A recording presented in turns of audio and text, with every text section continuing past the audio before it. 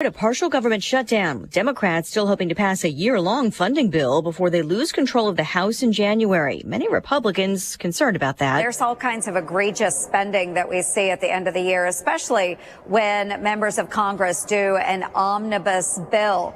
They tend to throw everything, including the kitchen sink, into these bills. Iowa Republican Senator Joni Ernst telling Fox Business she hasn't seen any text for an omnibus bill or a shorter-term measure yet. Senate Majority Leader Chuck Schumer says a one-week bill is in the works now to buy more time. Also, a fast-approaching deadline next week when Title 42 is scheduled to end. That's the pandemic-era rule that allows many asylum seekers to be turned away. Those limits ending as a record surge of migrants continues on the southern border. National Security Council spokesman John Kirby telling Fox's Neil Cavuto a short time ago. The president knows that how important border security is, and he gets routine briefings on this. I mean, he's kept up to speed. He rarely talks about it, He John. understands. He rarely talks about it.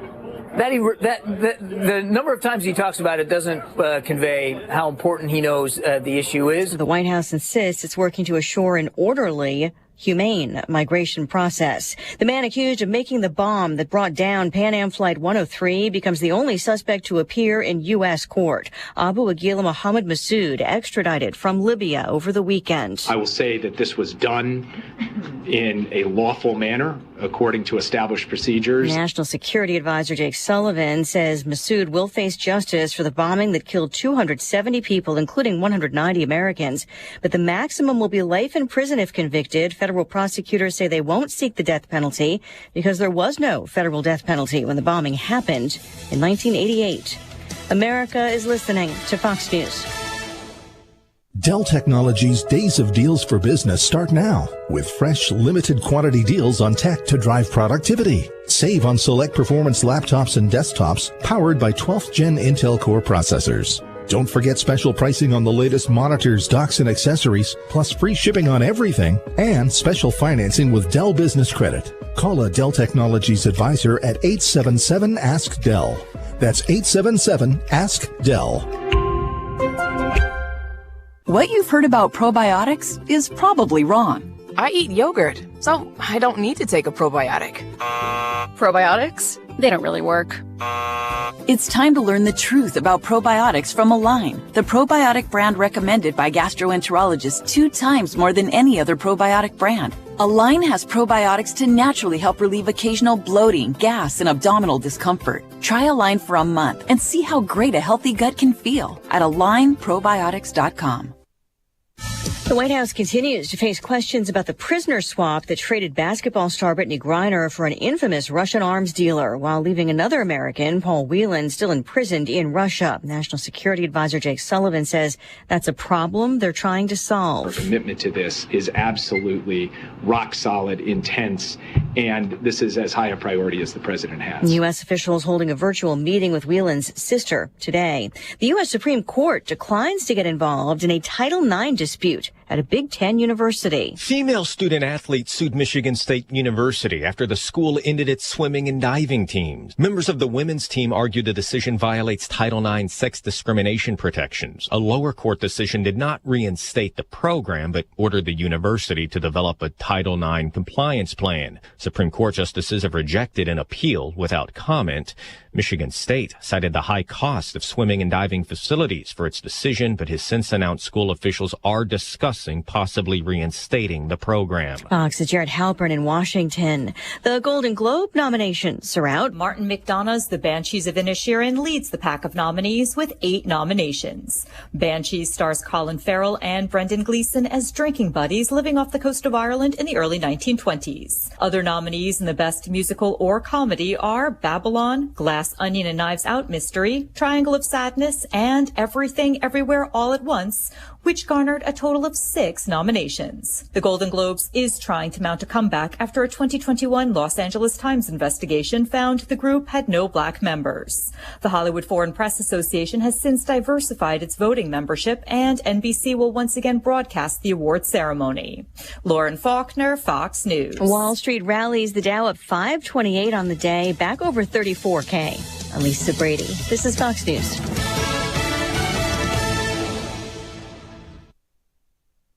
Today is the ribbon cutting ceremony for Jet's Pizza, located at 512 South Neal Street, with free slices of pizza after 4 o'clock. I'm Diane Ducey. I'll be live there at Neal and Green to welcome you. We've got Don Weiss, the owner, Casey Stabler's the new manager, and we're welcoming the Chamber of Commerce, the new floors, the new wall tile, the mural, and wow, the outside paint and sign, the tinted windows. Everybody loves Jet's, and it looks better than ever now as they have their grand reopening between 4 and 6 this afternoon. The free slices are between 4 and 5. So join me, Diane Ducey, for the free slices of pizza. And today at GoStever.com, we've got a $50 offer for you. Head to GoStever.com, become a member. You use your $50 within a week, and you give us some feedback. It's awesome this time of year to have a little Jet's Pizza, 512 South Neal Street in Champaign. Hello again, everyone. Let's check weather for Eastern Illinois, Champaign, Urbana, and vicinity. Promising to be a pretty active one here for this week as we make the transition into some colder weather over the course of the weekend and the next week and beyond. And a hint of wintertime beginning to show up in the maps and charts as well. Not necessarily in the shorter term, but little, if any, sunshine expected around here till perhaps a couple of peaks and pokes on Wednesday. Mainly cloudy today, 43, light east wind. Clouds stick around tonight, 27. For the day tomorrow, becoming cloudy, breezy. Some rain breaks out in the afternoon, the high about 44, and a pickup on the east-southeast wind. Windy, rainy tomorrow night, areas of fog, a low down to 42, becoming partly sunny for the day on Wednesday. Still some rain in the morning and a couple of showers for the afternoon, the high up to 52. Back to cooler weather on Thursday, still a couple of showers of rain and snow. Yeah, highs up to about 42. A couple of snow showers and flurries on Friday, nothing Saturday, back in Sunday and Monday, and turning colder as well, up to about 36 on Friday. Highs not out of the 20s over the weekend. For Stevie J Broadcasting, I'm meteorologist Greg Soldier.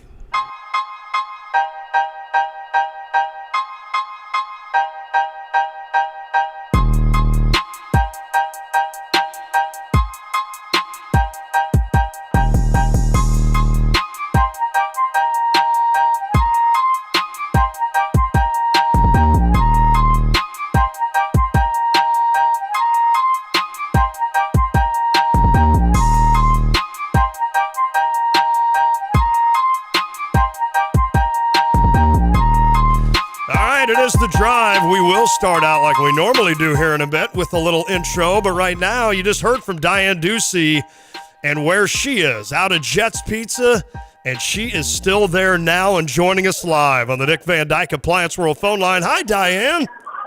Hi, Lon. Thanks for sending it to me. Yeah, Jet's Pizza is Neal and Green, and they got their grand opening going on. It's a little hard to hear in here because the lobby is full of people, and we are having some fun handing out the free slices. Now, Jet's known for their Detroit-style pizza. Have you had it, Lon? Oh, absolutely. Do I need to bring some back? Okay, good. Well, I mean, yes. Yeah, I was going to say yes on both there. Exactly. I probably will bring some back before the show is over for sure. But between 4 and 5, they're handing out these free slices. It looks like they have some options for us here as far as the thin crust and sausage and pepperoni and various flavors. The Chamber of Commerce was here, and they just did a big ribbon-cutting ceremony. And I see Channel 3's also here. Some of our favorite businesses are here, and Butch is milling around from Surf Pro. He's at everything when there's free food, you know, Butch. He's asking if he wants to come on. Anyway, Brad's here from Channel 3. Stacy's my friend who's a manager over at Round Barn also, and Don's here, and he's the owner. Hey, Don, you want to jump on the radio real quick and talk about this grand opening? Are you excited or what?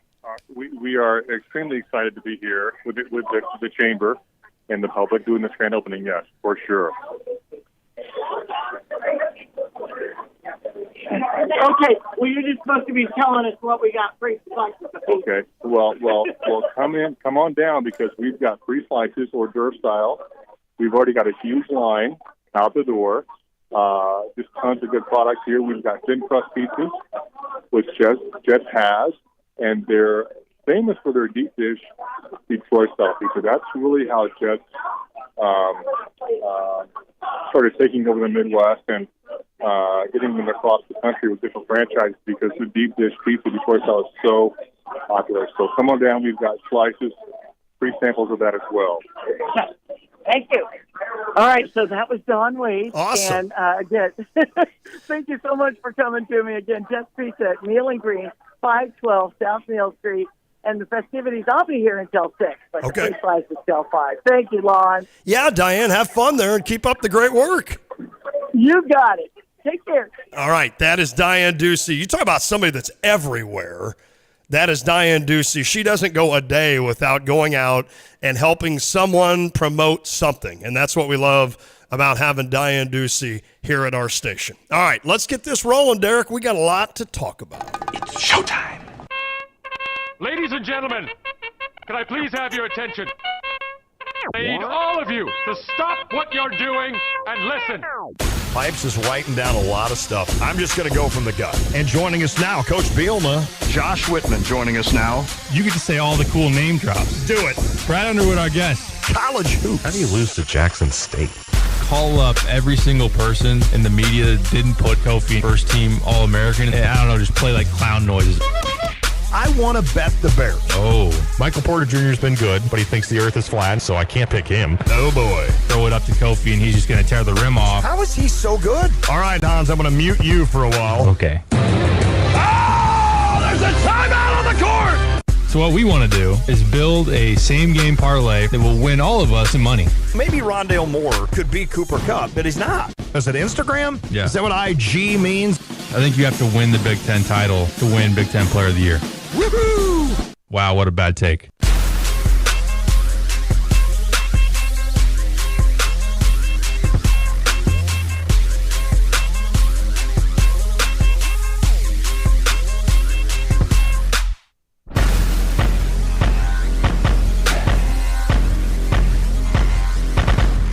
All right, it is The Drive. Good morning, The Drive with Tay Piper. I am Lonte. Derek Piper is here as well.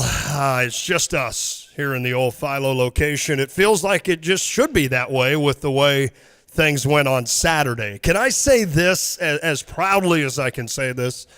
We had games 10 a.m. and 11:30 in Chrisman, Illinois, the home of the Cardinals, and I was updating the score as the game went on. Or I'm not updating the score. I was looking at the score as the game went on. I was not watching it.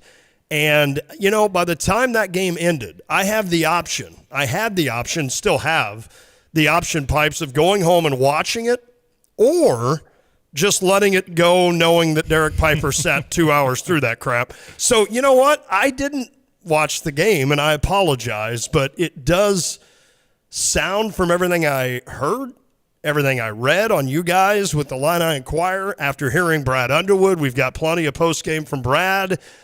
It just sounds like if everything could go wrong in one day, it did. Yes, it did. And on one hand, there were the warning signs of coming off beating number 2.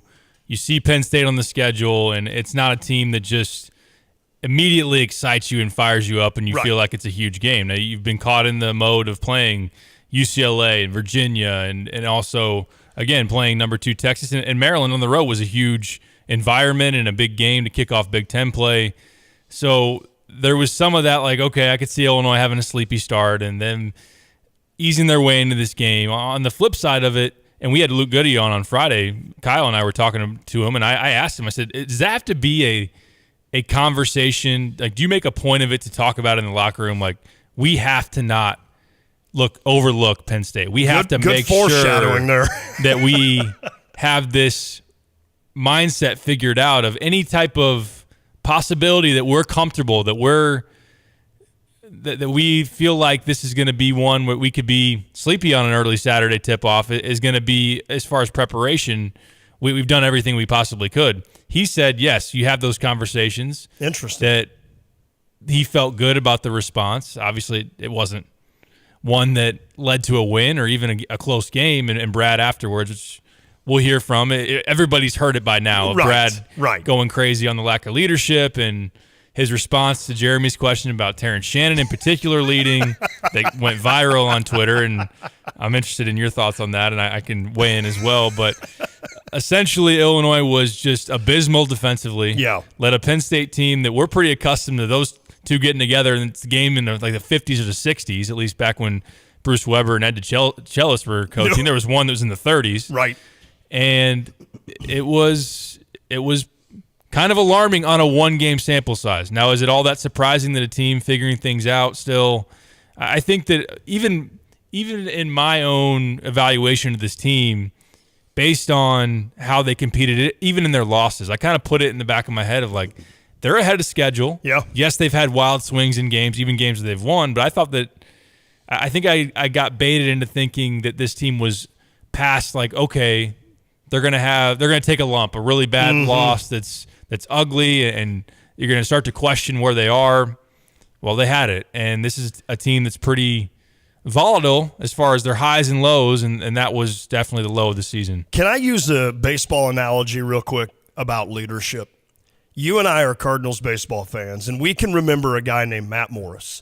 And Matty Moe, I can't remember quite who before him, but it's always been known, the common theme kind of was that Matt Morris kind of handed that rotation and that pitching staff over to Chris Carpenter, who then kind of led the group, and then he handed that over to Adam Wainwright, who has kind of steered the ship now for many years in terms of how that bullpen, how that rotation, how that pitching staff in general should go about things, should they watch each other throw bullpens so that they see if they're tipping anybody off. You've had an Illini team that has been fraught essentially with seniors, guys that have been in this building for a long time, and now all of a sudden, and look, this isn't something that I saw coming, but now let's look at this team. I mean, could you read a little bit of the warning signs with Matthew Meyer? Like, we kept saying to ourselves, well, he's not right. And I don't think there's any doubt, right? I mean, there's certain things, whether it be food allergies, whether it be his back. We've heard about all this, but it never seemed to me that Matthew Meyer was like taking the grips of this team like a guy that's been around college basketball for a long time. I don't know that for sure, so I apologize to Matt if that's the case.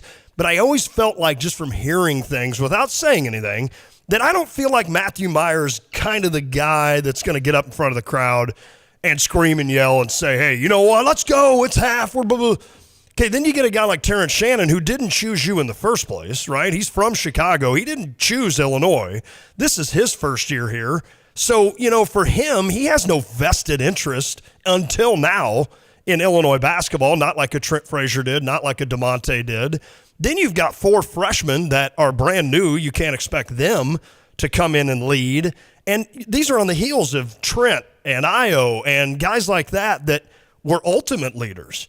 So look, to me, is this an issue to me? Like, I literally laughed at everything Brad said. Not in the sense that I'm making fun of him or the team, just in the sense that I'm not that concerned. It's a loss to Penn State. You just beat the number 2 team in the country. Then you laid an egg. Now, I am concerned you're 0-2 in the Big Ten. That scares me a little bit because you know how much I love that stuff. But do I feel like right now this team is going to absolutely go in the tank and be an NIT? No. I am not worried whatsoever. If you've played athletics at all, your team has had one of these games. It's that simple. And I feel like it happens every year. I mean, hell, Derek, there's 30 games a year they play.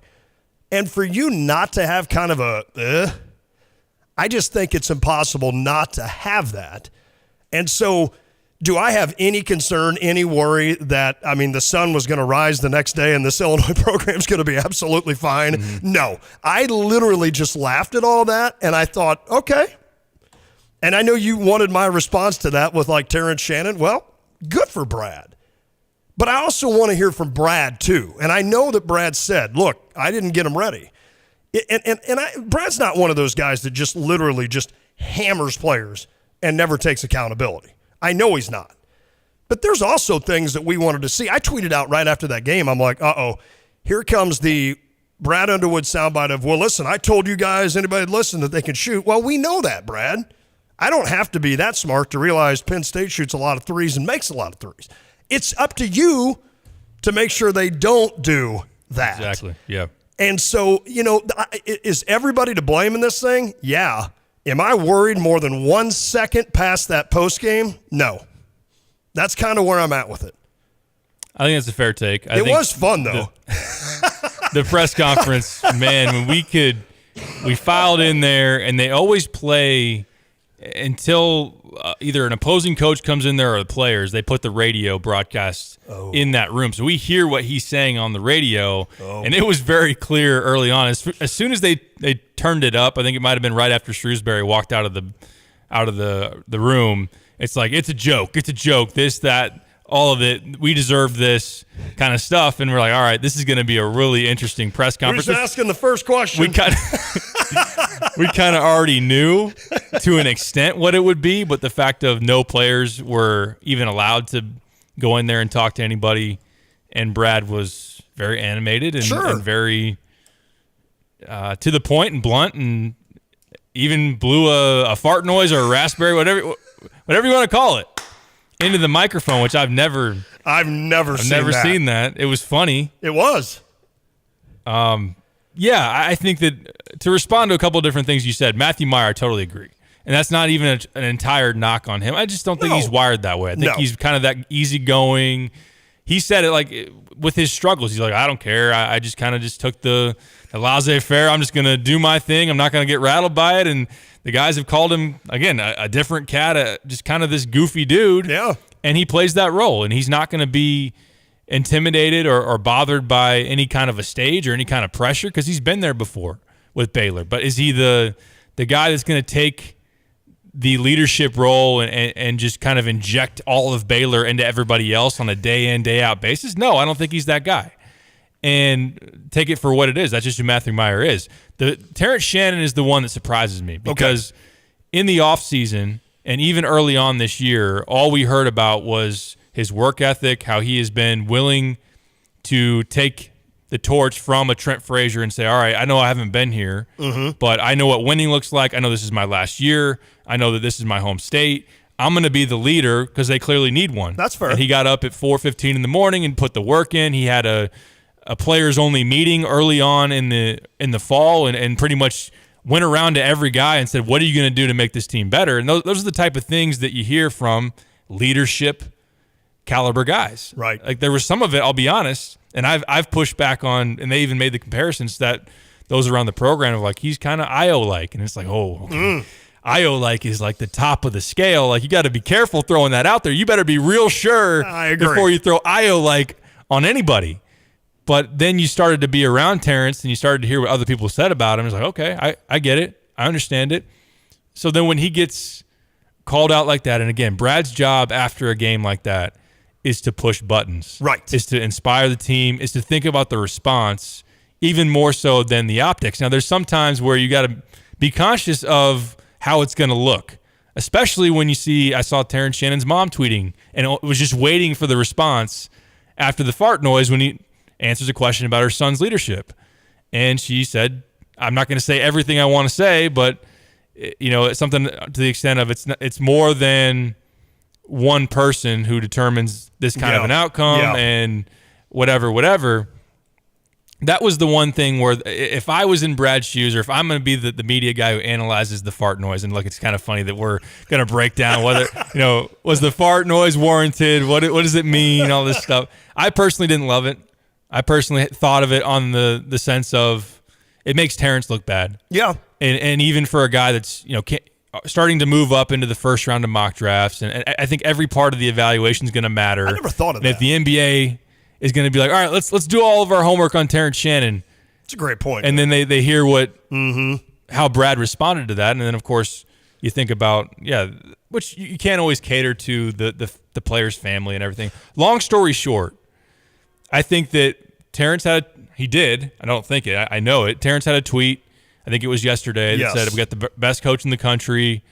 He's trying to get his players to respond, and you'll see what that response is on Saturday. So it means that Terrence handled it well. Yep. And I trust Brad, as we talked about with Matthew Meyer, with his approach to, he's someone that psychoanalyzes these guys, knows who he can push, knows what he can do to this player versus this player. Bingo. And I don't think he would have done that in the press conference without knowing that Terrence would have a good response. So I think that's the bottom line of it.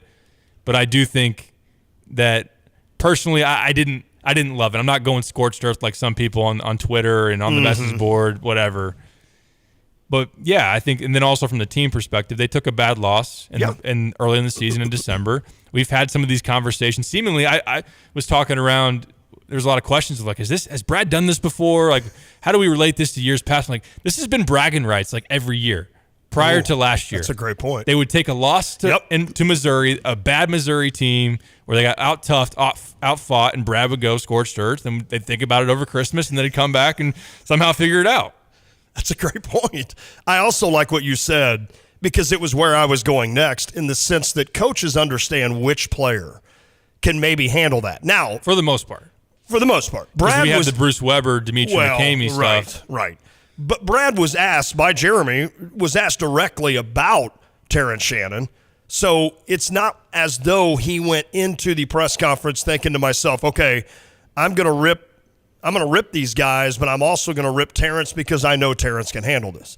So, but he was asked, directly about Terrence Shannon, and of course he does his thing. And, there's always that thought of, would you love to kind of take everything back? I think Brad at one point, and I think it's in this clip, which I could play, at one point he kind of like slowed down. I mean, he was going off for 5 minutes and then finally said, okay, hold, take a breath, Brad.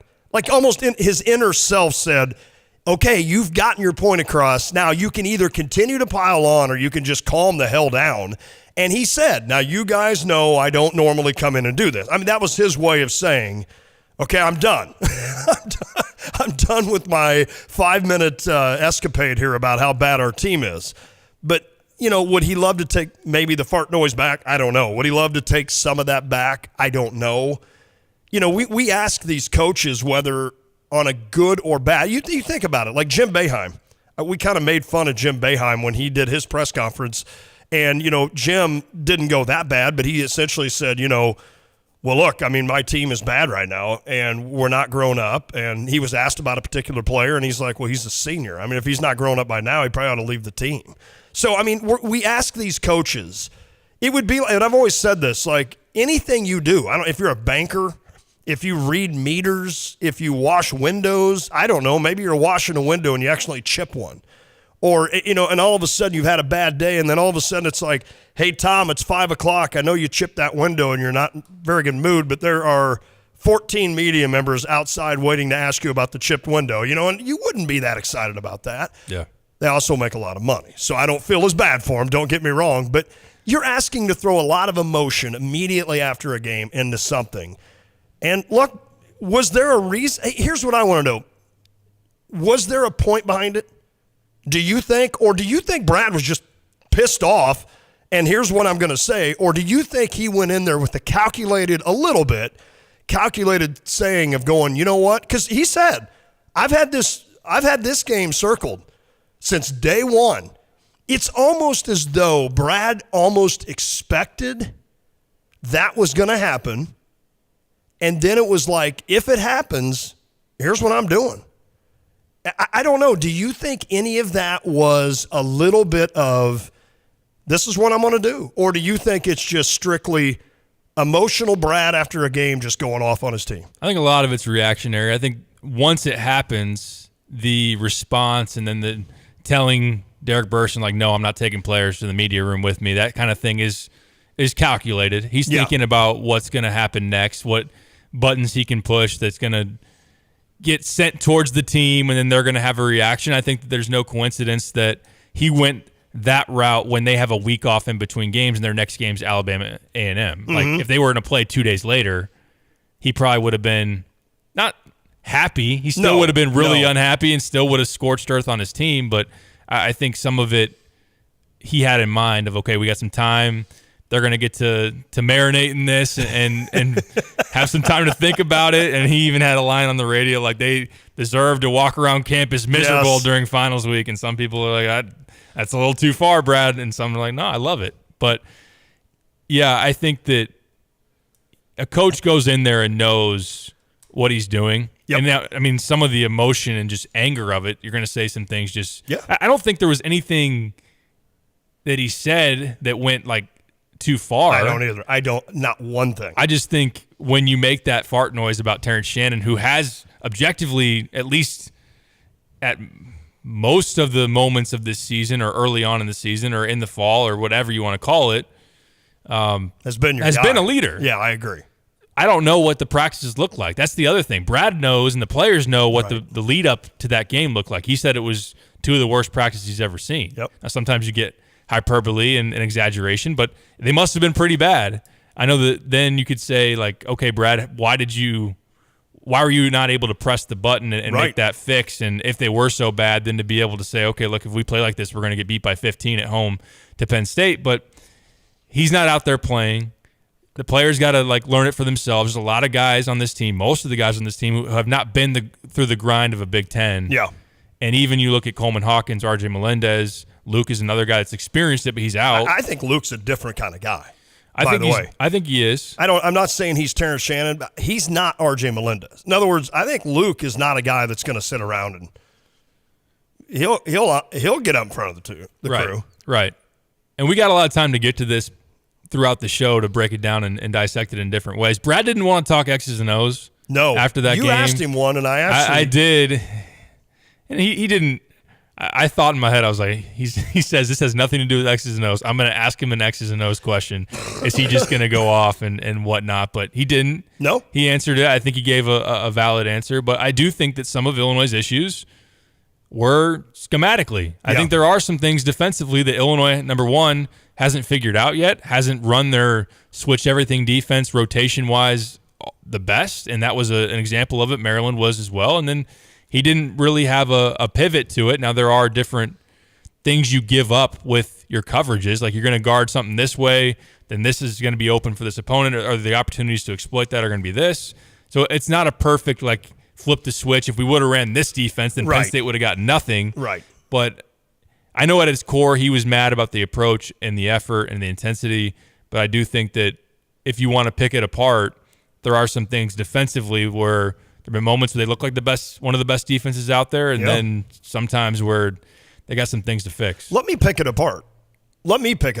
If there's one thing that I think we would all agree on, that we worry about our coach as a head coach of this team, it's adjustments during a game, right?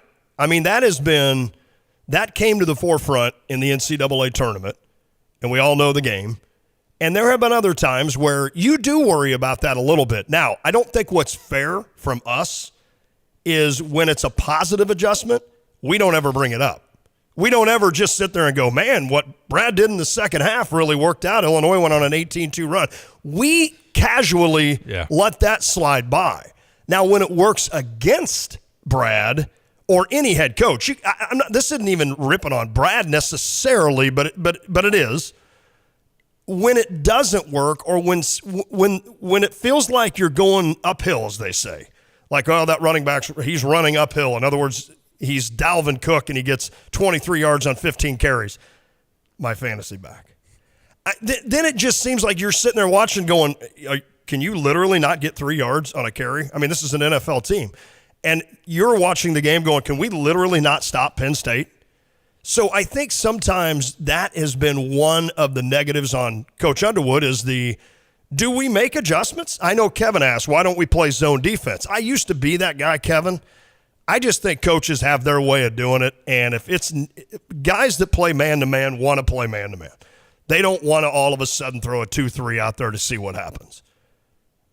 I'm not doubting what Kevin's saying, because there have been times where I'm like, why can't you just throw a 2-3 at somebody for 2 times down the court and try to disrupt their momentum? Now, Penn State's not exactly the kind of team you want to zone. They got 4 guys that can shoot from anywhere and an All-American maybe that can triple-double anytime he wants. So I don't know that he's an All-American, but he's first team All-Big Ten. So, I don't know that Penn State's the kind of team you want to zone, but I get your point, Kevin. And I don't know. I think there are times that I do get frustrated with the perception that we don't make adjustments during games. But then I also want to say that I, as much as anybody, don't sit there and give him credit when an adjustment is made for the better. Right. And I think that that's very valid as far as the way that we perceive it. We kind of just say, I mean, the UCLA game, when they dialed up the pressure on UCLA and put Sincere out there, and that was a great call by Brad, and it really flip the game. Now, a lot of times Brad will then go in the press conference and say, Sincere was the reason we won the game, not I was smart enough to put Sincere in and dial up the press defense. Didn't he even say, well, how dumb am I didn't play him in the first half? Right. He kind of poked fun at himself. Right. So there is that dynamic of it, but it was frustrating to see Jalen Pickett, who has a size advantage. It wasn't as exaggerated as him on Trent last year. No. But even against Sky or him posting up Jaden Epps, he kept getting the matchup he wanted. Mm-hmm. They were able to, with Illinois, switch everything. And you see it all the time in the NBA. That's what they do is they usually switch 1 through 5. Yep. And you run screens to where you anticipate the switch, and then you get the matchup you want. And that's what Penn State was doing, where Terrence Shannon started on Pickett pretty much every possession. Terrence Shannon barely ever guarded him late in the clock when Penn State was getting what they ultimately wanted. So at the end of the shot clock, usually Pickett was posting somebody up that he wanted to post up. Mm-hmm. And then Illinois also had errors with their transition defense of guarding three-point shooters and even just guys trying to cheat it in the lane and leave that was an issue against Maryland. It's the same thing that happened against Penn State. There was no real okay, let's put Terrence on him and say, I don't care if he runs into a screen. Get through the screen, go under the screen, make him shoot a three when you go under or whatever. Just don't leave him. Right. And so there was none of that. And I think that, again, it's still early in the year. But the perception was going into this year, and I still think it's fairly valid, is this team can play so many different ways. So part of that is saying, we're going to play this way. In the middle of a game, this guy's going to be hurting us or this team's doing this to us. We're then going to switch. Got it. Not literally, maybe switch away from switching. We're going to do it a different way because we can be adaptable. There wasn't the adaptability that was made within that game, and Penn State had just a unbelievable offensive showing. They shot 50% from the field. They hit you with bombs away from three, and you had no answer. Yeah. It is a team that could be a little frustrating probably, and we'll probably see that during the year. For sure. Ask Iowa right now about frustration. Yeah. Of course, that's the Wisconsin. Yeah, and Chris Murray being out. Yeah, that did. I was going to say, because I was watching that game, and it finally, 10 minutes in, I'm like, where's Murray? So he didn't. Well, you would have never known he was out if you were just box score watching their game against Iowa State when they blasted him off the floor 15, 20 points. And like, okay, Iowa looks fine. Yeah. And then now Wisconsin. All of a sudden. Wisconsin. Of course. Wisconsin's 2-0 in the league. Oh, yeah. After the early slate of games, Illinois being 0-2. I know, again, your value of Big Ten titles, that is putting yourself in a big hole, a little bit of a hole. And that was one of the things. That and the sellout crowd were the two things that I said, all right, if there were any indications of look past, be sleepy, don't be ready for this game, I thought it was a sold-out State Farm Center and just the notion, which was publicly said going into the game, we don't want to be 0-2 in the league. But they still fell for the trap and they did took the bait. Well, we have plenty of Brad Underwood clips to play in case you're one of the people out of 5 that did not hear any of it. So we also have a lot of people weighing in on the U of I Line and Lake text line, so we'll get to that. Had a couple of people try to call in. We apologize, but Kyle, the intern, not here today, so if you want to call in and weigh in, you can do that right when we go to break here, and I'll try to get you on the air to chat with Derek and I on the Dick Van Dyke Appliance World phone line. Plenty to do. We've got plenty to talk about. There's some other news out there. Devin Witherspoon was named an All-American by the Associated Press, first-team All-American, and now he has been named first team in at least 3. I feel literally I'm new to this, I think. Because we just don't do this very often, and there's so many different. But he's been named first team in 3 different outlets, publications. So now he is a consensus first team All-American. So congrats to Devin Witherspoon. And I know my son, actually Lucas, asked me, in basketball you get your obviously jersey retired and to the rafters. We saw that with Io. We'll see that with Kofi. I know around Grange Grove. They have things that depict all the All-Americans. I know Jay Lehman's up there, so I'm guessing that'll happen for Devin. I don't know if there's something else. You had mentioned maybe up on the. I know they have the Buckus number and the Grange up on the press box, but they wouldn't do that for just I say first team All-American, which I would imagine. What else can you do for me, Devin? Like Jay would have been that. I'm sure he was probably consensus first team too, and then for Witherspoon. But like you said, you get your jersey in the rafters for basketball when you do that. So congrats to him. I know second team was named as well, AP, and that was Johnny Newton and Chase Brown were named second team Associated Press All-Americans, and Alex Palczewski was named third team All-American. And again, that was by the Associated Press. I know there's so many different ones. There's the different ones that do it. I've always kind of looked at the AP, probably only because I've dealt with the AP since I was in college. I've always kind of looked at that as one that I truly respect, not necessarily respect the most, but you get what I'm saying. And so what an honor for Devin. The other thing is, on a sad note, Mike Leach had a massive heart attack. It sounds like that's the Mississippi State football coach who, of course, Illinois is getting ready to play in the ReliaQuest Bowl, and he is in critical condition. So I don't know how that's going to end up, obviously, with Mike Leach. I can positively say he won't be coaching the football game, but I know that Brett Bielema had alluded to the media when the first announcement came out about the game. You know, he kind of jokingly told the media, get ready because you get to deal with Coach Leach. And we've all heard, my favorite is when he started talking about candy and he brought up box. He said, yeah, they used to do sprees in boxes. Now, Derek, did you know back in the day at Memorial Stadium you could get sprees in a box? And so when I would go in from tailgate to the Horseshoe, I would always buy a box of sprees. It was as traditional as anything that went on at the games, as traditional as the 3-and-1, essentially. And I think back then the Chiefs still danced. So it was as traditional as the Chief dancing at half was me buying a box of sprees.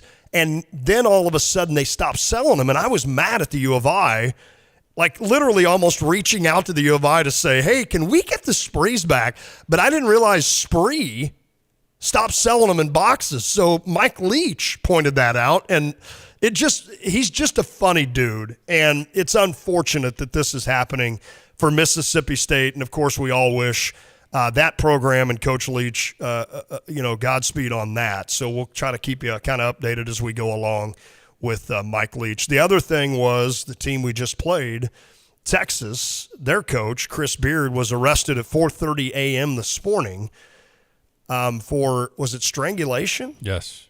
Of a family member is what's being reported. Okay. So he, nobody deceased, but just that he had put his hands. I shouldn't even go that way. I don't know exactly what happened, but he was arrested at 4:30 this morning. He's now out, I assume, on bond. And we'll see what happens there for Chris Beard, but certainly not a good look for him or that program as well. Very serious matter, obviously. Both Leach, it sounds like, I've been following some of the reports, it doesn't sound very good. I mean, there's no doubt he's not going to coach. I mean, the bigger question is he going to make it? Is he going to make it? Yeah. Which is really sad. I mean, one of the best personalities, not even just in college football, but in sports, as far as a coach that's been super entertaining, very successful, great run and gun offense type that obviously Texas Tech back in the day, Graham Harrell, Michael Crabtree, timeout in Washington State, and he's having a good run at Mississippi State. He was literally the guy that just decided, Derek, I'm going to make a lot of money and be really good at what I do, and I'm going to work hard at what I do, but I'm not going to take this serious. I'm just not going to take it serious to the point where, I mean, he just has always been kind of fun. Now, he will rip on you a little bit. Yes. Yes, he will. So certainly he has that in him. But, well, we do have some sound bites from Brad Underwood. I also have one from Micah Shrewsbury that I want to play, and I want you to hear the end of it, Pipes, because maybe it will reflect as to what Brad Underwood is saying. So I want you to hear that as well. Brett Bielema, I know they had their, I believe it was last night, they had their banquet, end-of-the-year banquet. So Brett Bielema met with the media.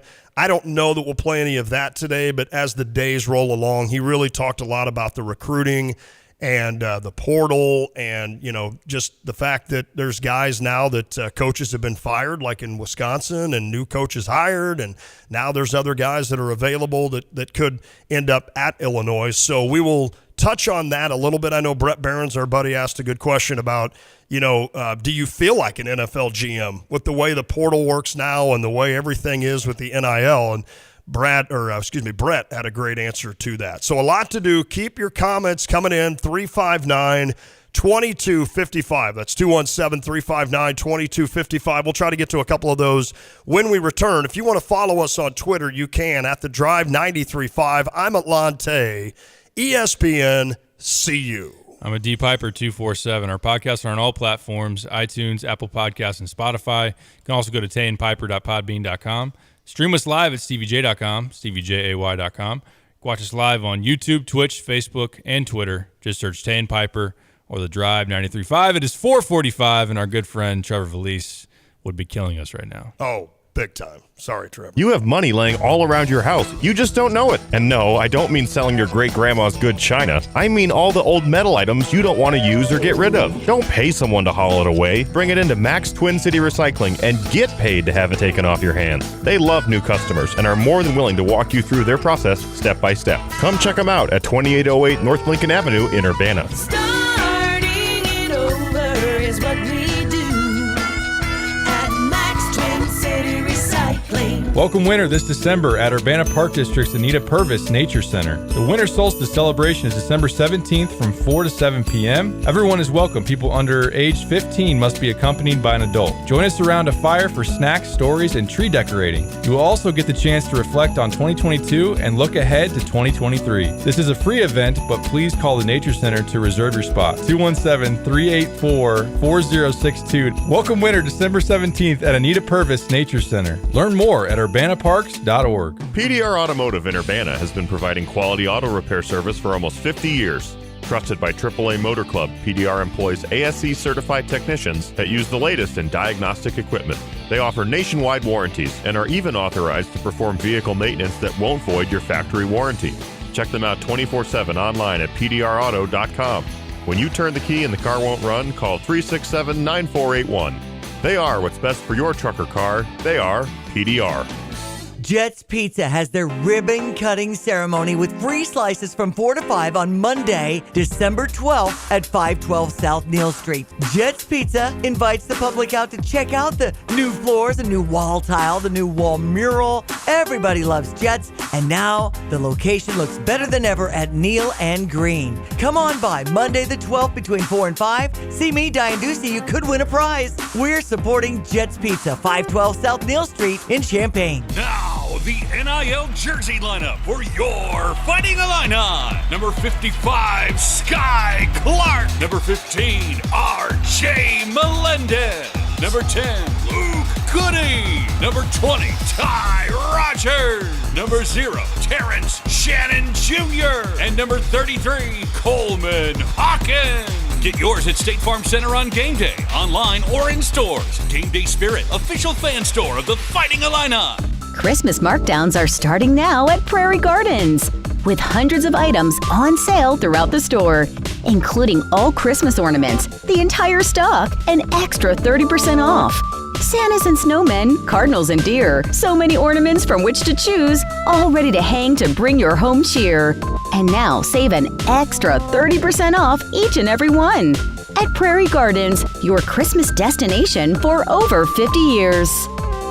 If you're looking for a new car, go to Sarah Champaign, because at Sarah Subaru, they have over 100 new Subarus available right now, all with symmetrical all-wheel drive. The Subaru Share the Love event is on too. With every new Subaru purchased or leased through January 3rd, Subaru will donate $250 to your choice of charities. Sarah Subaru will also donate an additional $50 to the Champaign County Humane Society right here in our community. Visit Sarah Subaru right off Route 45 in Savoy. Oh, Sal, we needed that laugh, and we got it on the U of I Atlantic text line. Basically, there is a huge Christmas tree in the middle of an intersection in Philo, and it's right outside the radio station, right outside the bank, Philo Tavern, and it's beautiful. They did a wonderful job with it. I know a family in town donated the tree from their yard. So Really? Yeah. Did you not That's know awesome. that? Yeah. And so it is an amazing tree. But Sal said, how long until somebody runs into that thing? Well, there are concrete barriers. If you haven't been close to that, in front of that, I hope, obviously, nobody runs into the tree, but your car is not going to get the best of that if that happens. So I think the tree could be safe. Now, I don't know, but let's just hope. Let's just hope everybody kind of calms down. It's funny. It's like a roundabout now. And I love roundabouts. I know a lot of people hate them. A lot of people aren't used to them.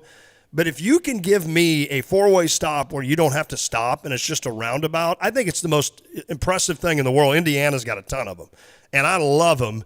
But it's funny. I've already seen, just today, 4 people don't go all the way around the tree. They just cut in front, because they're like, it's Philo. I mean, there's nobody here. But, yeah, it serves as almost a roundabout, so you got to go all the way to the right to go around. But personally, I love the roundabouts pipes. We've done the roundabout conversation on this show before. Yep. I don't think Trevor and I were for them. You didn't like them. See, there's one outside of, what is that, Harvest Market? By Starbucks is right there, I think, which always... Aspen Tap House, yep. By the way, are you a Starbucks guy? No.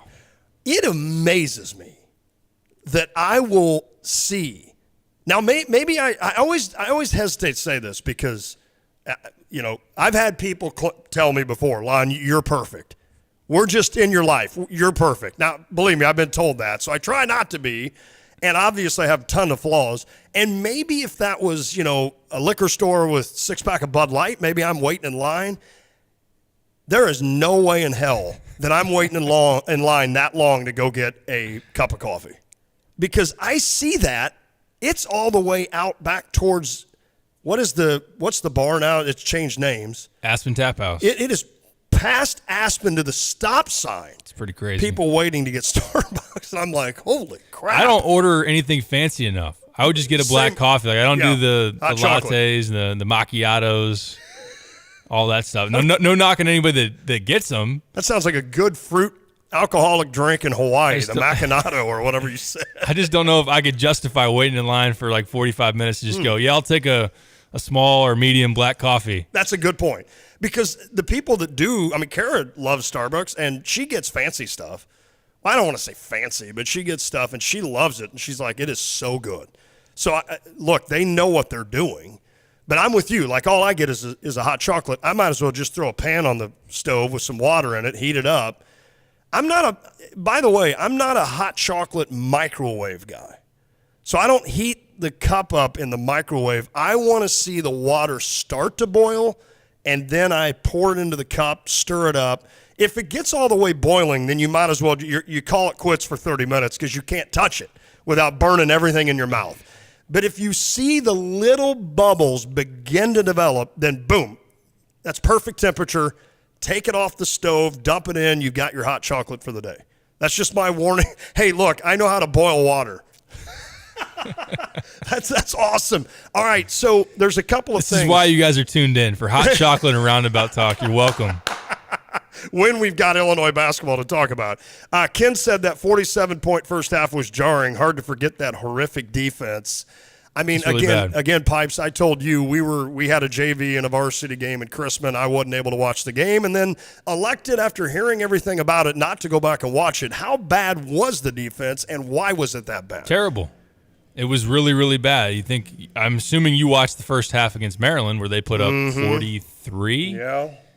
And they met Penn State, who's not known. Now, look, if you've been following them this year or listened to us break it down beforehand, they lead the country in 3-point makes per game this year. Yep. So this is not your traditional Penn State team that's got to play rock'em sock'em robots and try to get to 65 to beat you. They can score. They got shooters. They went out in the portal. They got the Andrew Funk, who I know you haven't watched the game. If you saw and remember Nick Stauskas, you brought it up. When Nick Stauskas came here in 2014 and hit 7 threes in a game, that was pretty much what Andrew Funk did. He hit 6, so he came 1 shy, but that was the way he was shooting. The problem was he made some really tough ones late in the game, even in an inbounds with 1.8 seconds left on the shot clock, and then just took a turnaround fadeaway from 30 feet.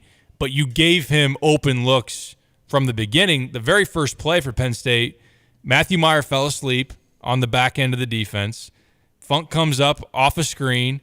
Meyer recovers, jumps in the air on the shot fake. That was a storyline, a recurring theme throughout the day was I saw your tweet they on that. jumped on every single shot fake. There were a number of times where Penn State would just shot fake, sidestep, Illinois goes past, and then they just popped the three. Wide open shot. So that was a problem. Dane Danger was someone that I thought could really hurt Penn State because they don't have the interior size. Right. But number one, Dane can't make free throws well enough right now. And number two, he can't when they played Miles Dredd, who's a 6'3", 6'4" bowling ball who can shoot threes at their 5, they played a super small lineup. Dane couldn't get out there and guard him. He got threes off of that. It was just Pickett doing whatever he wanted in the post, scoring on everybody. Wow. And then them hitting threes at a high clip. So I think that, again, Illinois with their switch everything, they can get switched into bad matchups. Not everybody's going to have a 6'4", back you down, old school right. point guard. Right. But I think about Dante Scott playing the 4, and they were able to switch. Maryland was able to get him switched onto Sky Clark and Jaden Epps. There's going to be other teams throughout the league. Are you going to switch 1 through 5 with Zach Edey and Hunter Dickinson? I don't think you will. Oh, boy. You're going to have a different game plan for that. But even like Tyler Wall, who's going to play the 4 for Wisconsin, do you want Sky on him? So there's got to be some – you got to conceptualize and understand what are we going to do differently when these teams are going to try to play into our switches. And look, not everybody's going to shoot it as well as Penn State did, but they did, and Illinois wasn't able to do anything differently. Brad spoke for 10 minutes in a press conference, almost 10, and one person, and I'm not. This isn't ripping anybody. One person asked an X and O question. It was you, Pipes, and the rest of it was just kind of geared towards this. I mean, I think they were trying. I think Wagner asked a couple that were trying to be, but then he kind of took it. Brad took it more in the leadership thing. But here's speaking of Pickett. This is what Derek asked. Coach, has your switching been problematic at times? It seemed like they got Jalen in some matchups they wanted. How do you evaluate that? Well, we didn't switch all last year, and they posted Trent and they posted DeMonte, and it was we could start Coleman on him, and he scored on him. We put Ty Rodgers on him, he scored on him. I mean, he's a good player. It's what they do, and when you've got a 6'5" guard who's really strong and gifted, and then you surround him with 4 shooters. Makes it hard. I mean, he's done that against everybody. There's a reason he's a walking triple-double or really close to it every night. Any doubt in your mind that he is one of the top 5 to 10 best players in the Big Ten? He's one of the best, if not he's the best point guard in the Big Ten. Okay. He's one of the best guards in the Big Ten. I think as far as 10 players, at least if you're going to go off productivity, you can't argue with it. He's averaging literally almost a triple-double. You're telling me I need to take him in the Big Ten fantasy draft. I would take. He leads them in points, rebounds, assists, and steals. Oh! And I know that you get extra points for a guy leading a team category like points, rebounds, assists. I think I have the 3rd pick. Do you think he'll fall? Maybe, but he shouldn't. Probably not. If I bought you a lot of beer that night, would you come down and be my advisor? Yeah, during I could do that. Big Ten? Because I think I'm going to need you there. I'm for hire, like Theo Epstein. Not to say you need like a complete, never won the title, and I got to come in and salvage something. But are you going to be laying on the bar later, drinking a beer like he was at Wrigley, like laying in the basket? I could get there. Hey, Lon, might be time for your buddy to get home. He's laying on the bar. He is. I will say to Brad's credit, like he had a matchup at one point against Ty, still scored. Had a matchup against whether it was Coleman or Matt, still scored. He's just really fundamentally sound. He's just very crafty. Yeah. And he's a darn good player. Great passer. And strong for 6'4". And Penn State has a nice mix of just putting a bunch of shooters around him. Well, they don't have the low post. Like last year we saw Kofi in the middle, 4 shooters around him. This year they want to post Pickett and then just put 4 shooters around him. They're going to be a feisty team. Okay. You had heard, like Tim said, I'm changing subjects. Per the Mississippi State 24/7 board, Coach Leach has been moved to hospice and has been unresponsive since that cardiac event, is what you had heard as well. Yeah, I read that same thing. Also, 651 said 24. Is it 247? 24/7 reporting that Ryan Walters is one of the finalists for the Purdue job, along with Bill O'Brien. I was looking for that report. I couldn't find it. Coach. Okay. All right. Well, if it's out there. Interesting. Well, listen, let's get we a know break. a guy from Wisconsin. Oh, not that I'm not wishing Ryan Walters. Heck no. Well, quite yet. Especially at Purdue.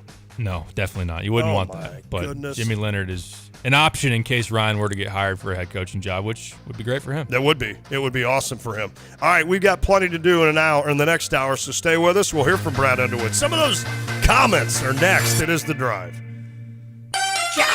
You're listening to WSJK ESPN 93.5 Tuscola, Champaign-Urbana, your home for the St. Louis Cardinals.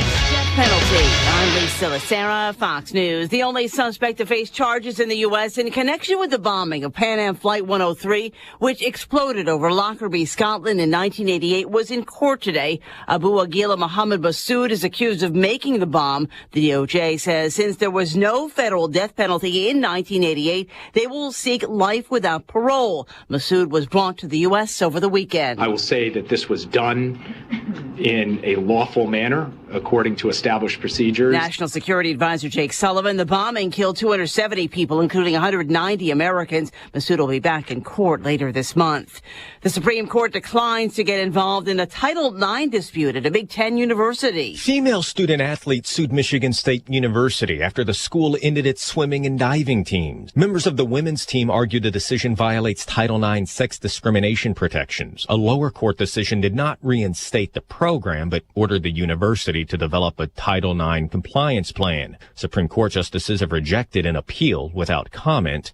Michigan State cited the high cost of swimming and diving facilities for its decision, but has since announced school officials are discussing possibly reinstating the program. In Washington, Jared Halpern, Fox News. Los Angeles Mayor Karen Bass making good on a campaign promise, taking action to combat homelessness in the city. We will launch an aggressive unit acquisition strategy, master leasing apartments and motel rooms across the city. Bass says once a person gets a hotel room, a pipeline should be created to get them into permanent housing. Bass says the homeless problem affects everyone in the city.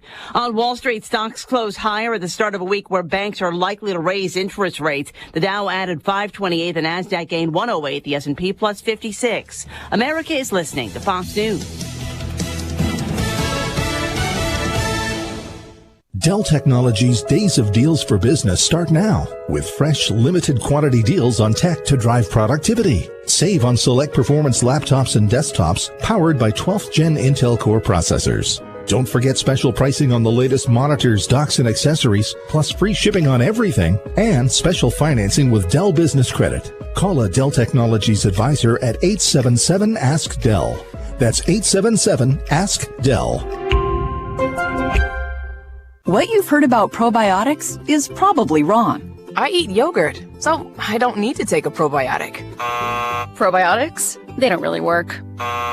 It's time to learn the truth about probiotics from Align, the probiotic brand recommended by gastroenterologists 2 times more than any other probiotic brand. Align has probiotics to naturally help relieve occasional bloating, gas, and abdominal discomfort. Try Align for a month and see how great a healthy gut can feel at AlignProbiotics.com.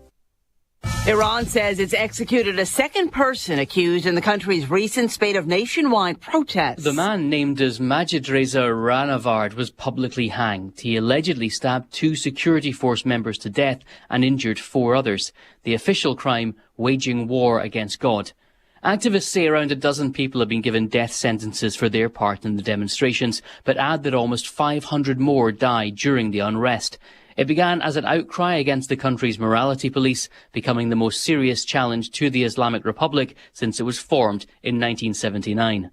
Jonathan Savage, Fox News. CVS and Walgreens have agreed to pay state and local governments a combined total of more than $10 billion to settle lawsuits over the toll of opioids. They now want to know by the end of the month whether states are accepting the deals. The deals among the largest in a wave of proposed and finalized settlements over opioids in recent years, totaling more than $50 billion. Walmart also agreed to a settlement last month for $3.1 billion. Air travel in Orlando disrupted by a jet fuel shortage. For the second day in a row, airline passengers flying in and out of Orlando are experiencing delays and a few cancellations, all being blamed on the weather. In this case, recent days of thick fog in the Gulf of Mexico. That delayed tanker ships from bringing in jet fuel for Orlando International's reserve tanks. Various airlines have stated pilots have been told to top off their tanks before flying into Orlando or add an extra stop to fuel up, turning direct flights into connections. The airport says the ships are now back in motion, so the jet fuel supply is on the way. Fox's Phil Keating. At the box office this weekend, there were no major new releases, which allowed Black Panther Wakanda Forever to claim the #1 spot again, earning another $11.1 million. I'm Lisa Lacera. This is Fox News.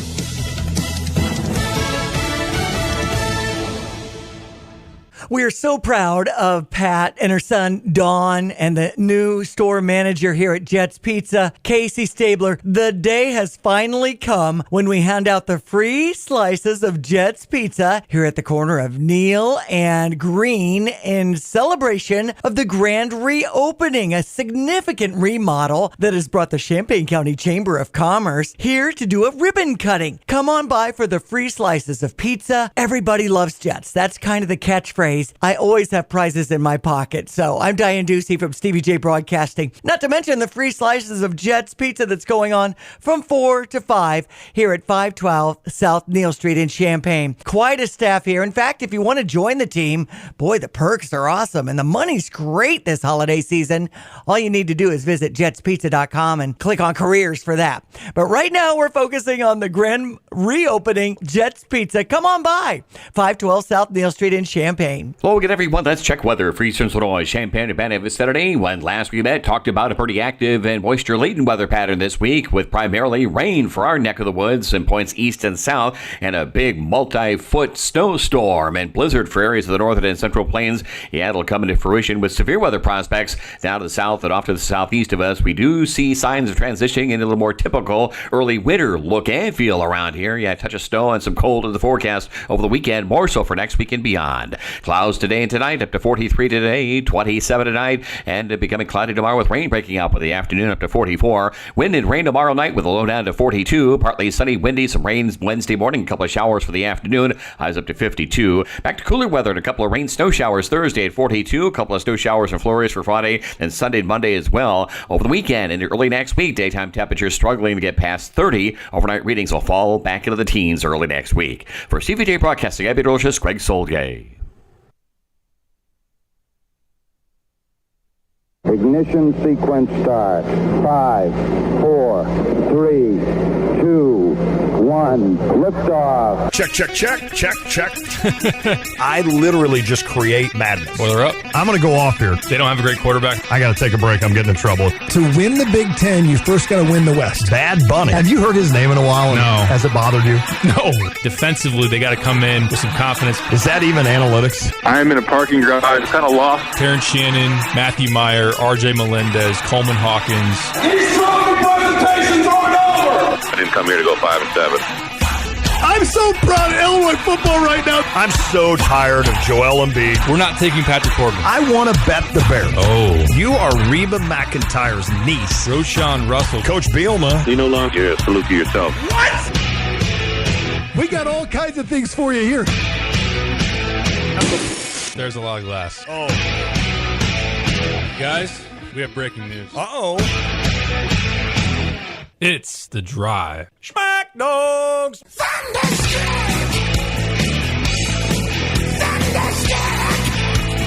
Yeah, Thunderstruck!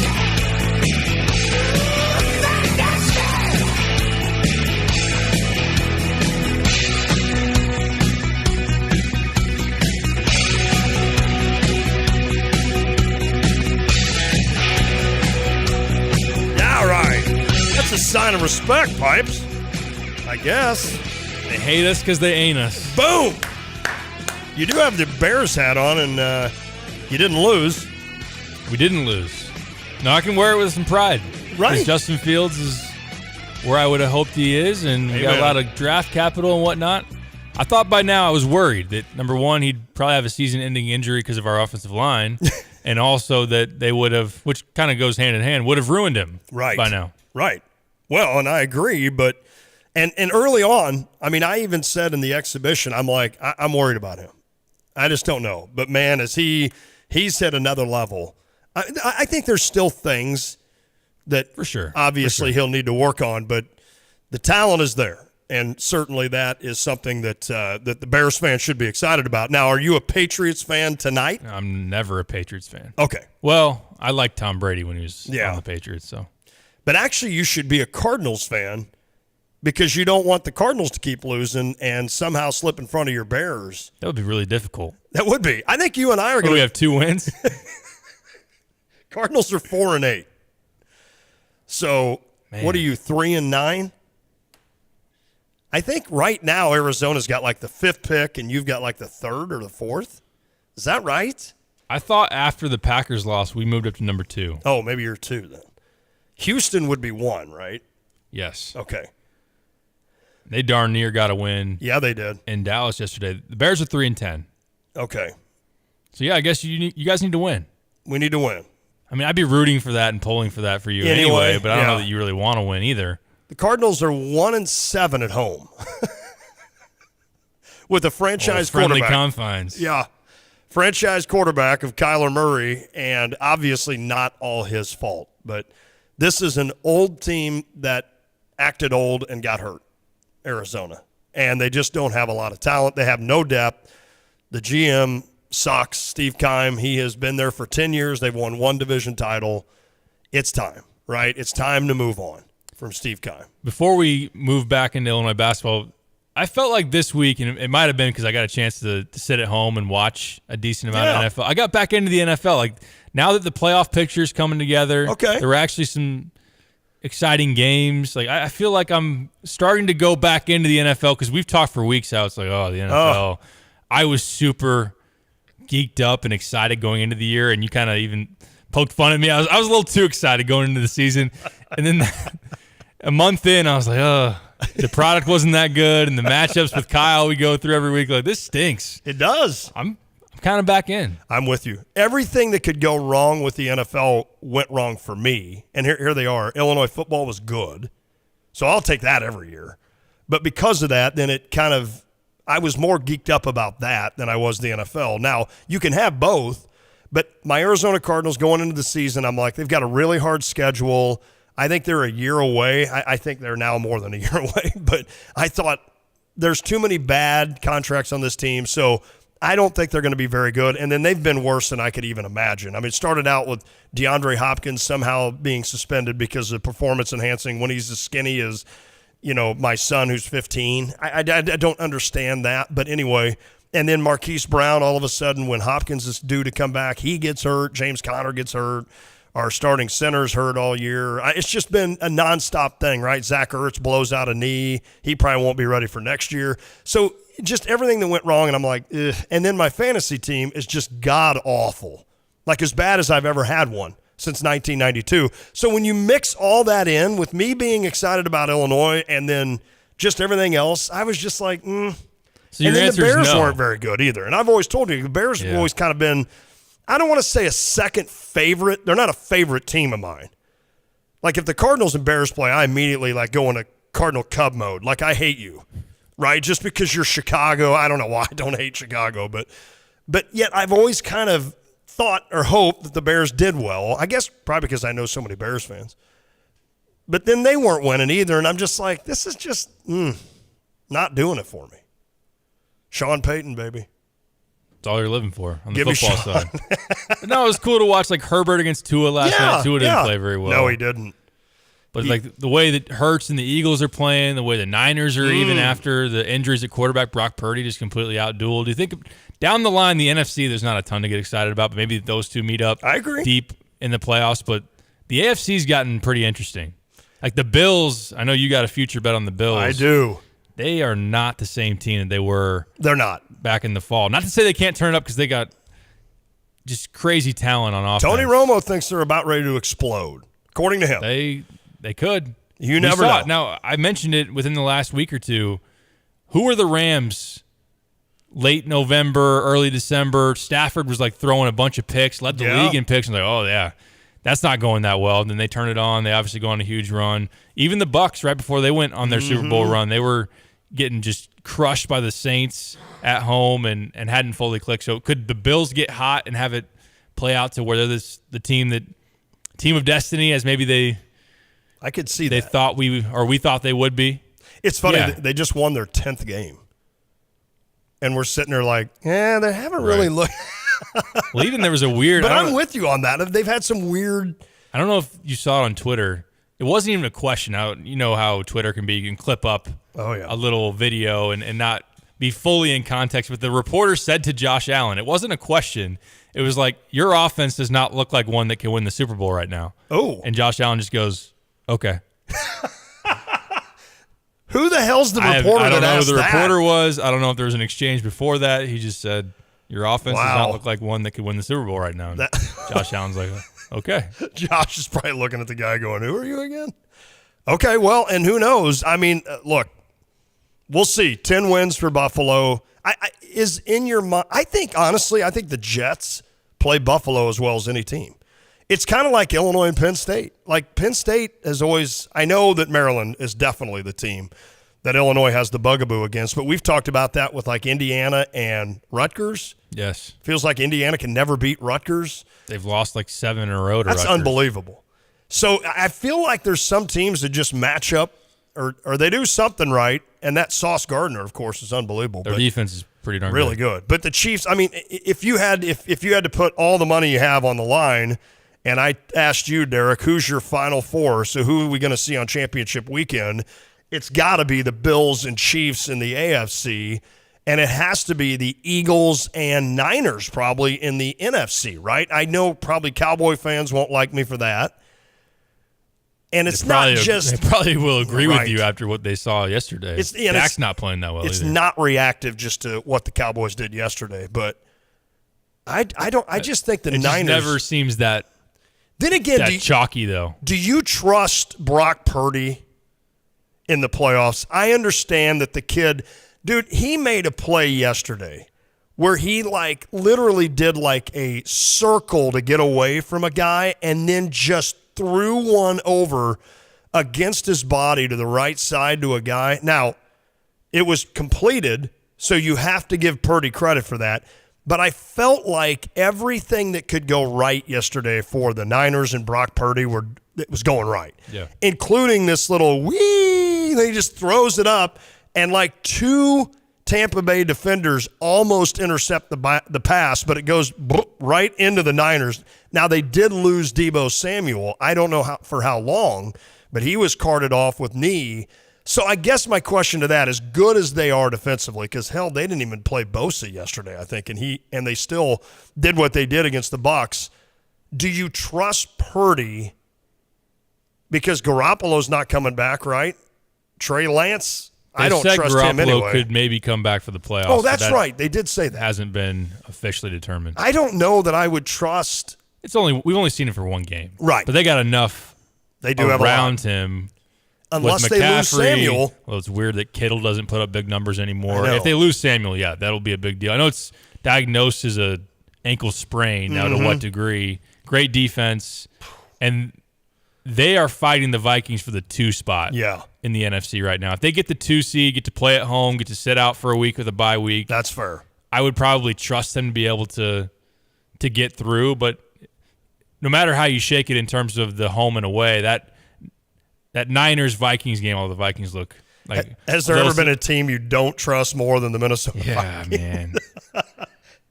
I mean, let's be honest. The division they're playing in is not They're good. not good. Oh, yeah, I agree. And so, that's a bonus there, but there's a lot of divisions like that.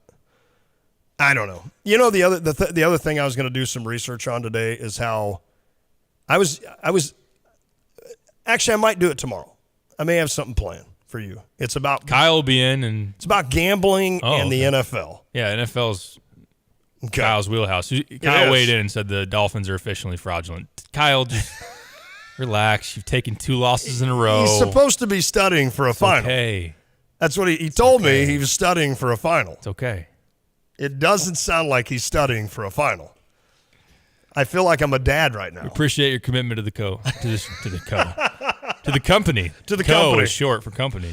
CO. All right, I want to ask you about Terrence Shannon. You brought up a point when we were off the air at the top of the hour, and I want to play the soundbite first, though, before we get to it.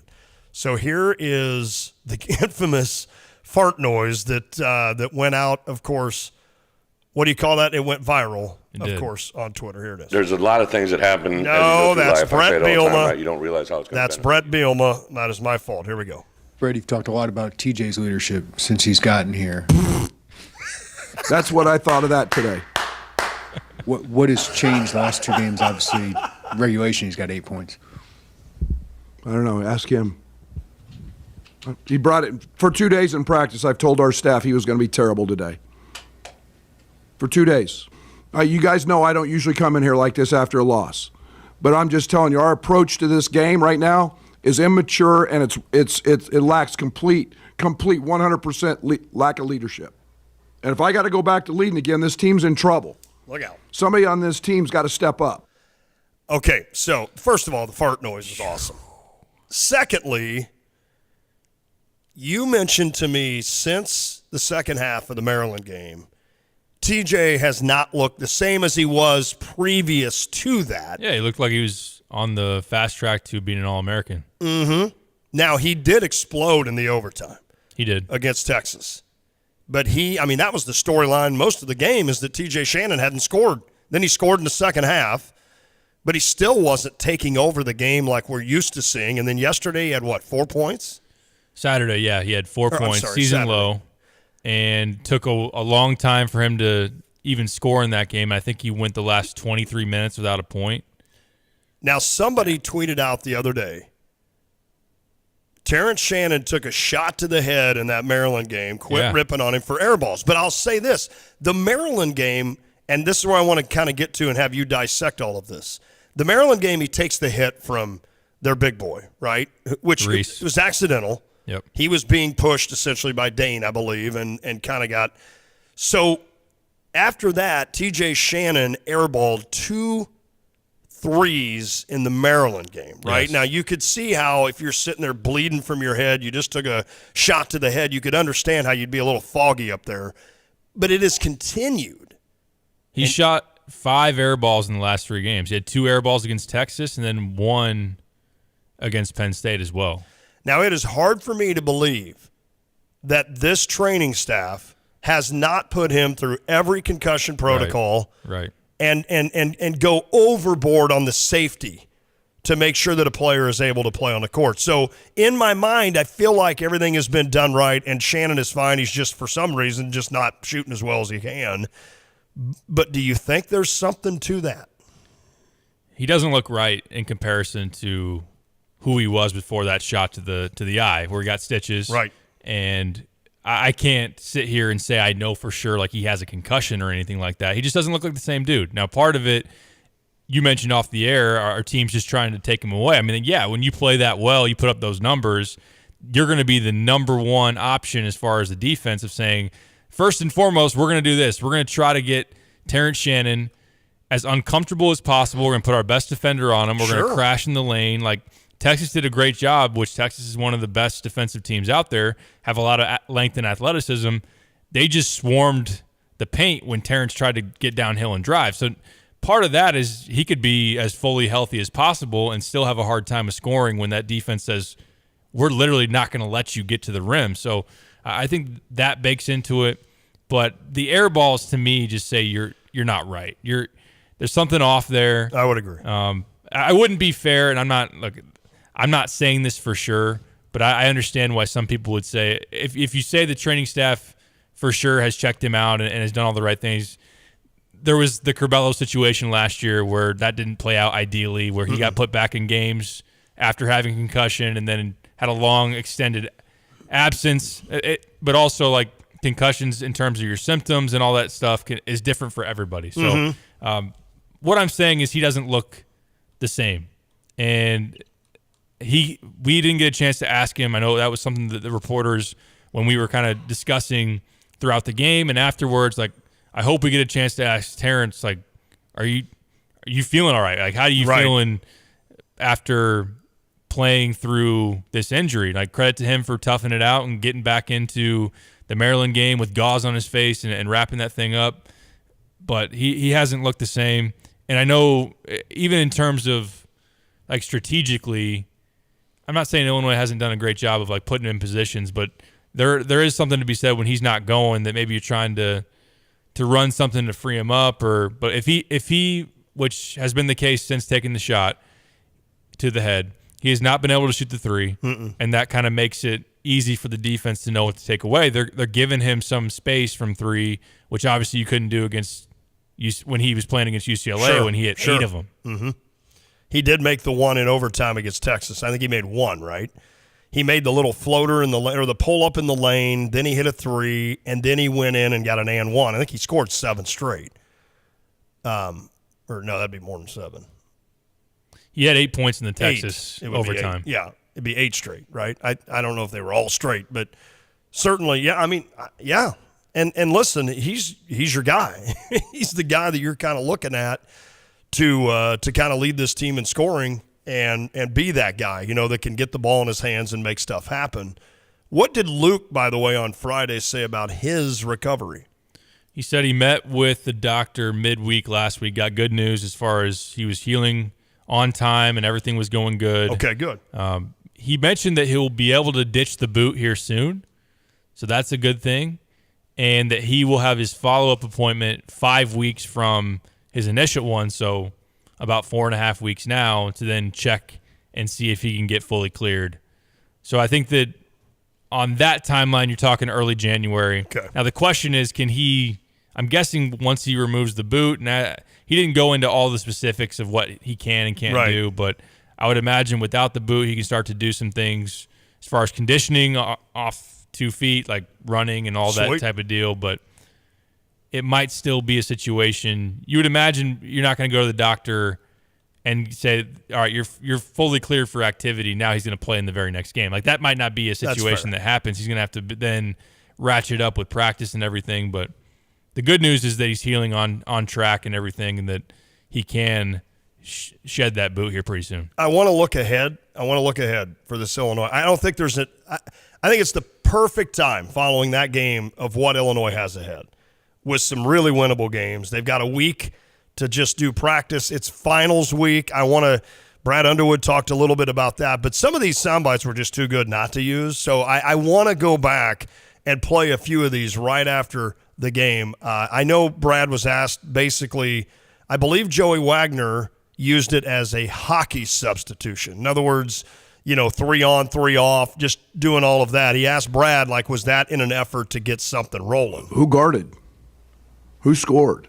I mean, we gave up 47 the first half. We scored 59 for the game. So you tell me which one was good at either end of the court. I have no earthly idea. I was just trying to find guys that play hard. This didn't have anything to do with X's and O's. This had everything to do with heart and being tough enough to compete for the jersey that you wear every single day. Offense and defense was a disgrace. It didn't matter who we had on the floor. And again, how about offensively? You've talked on defense about how bad it was.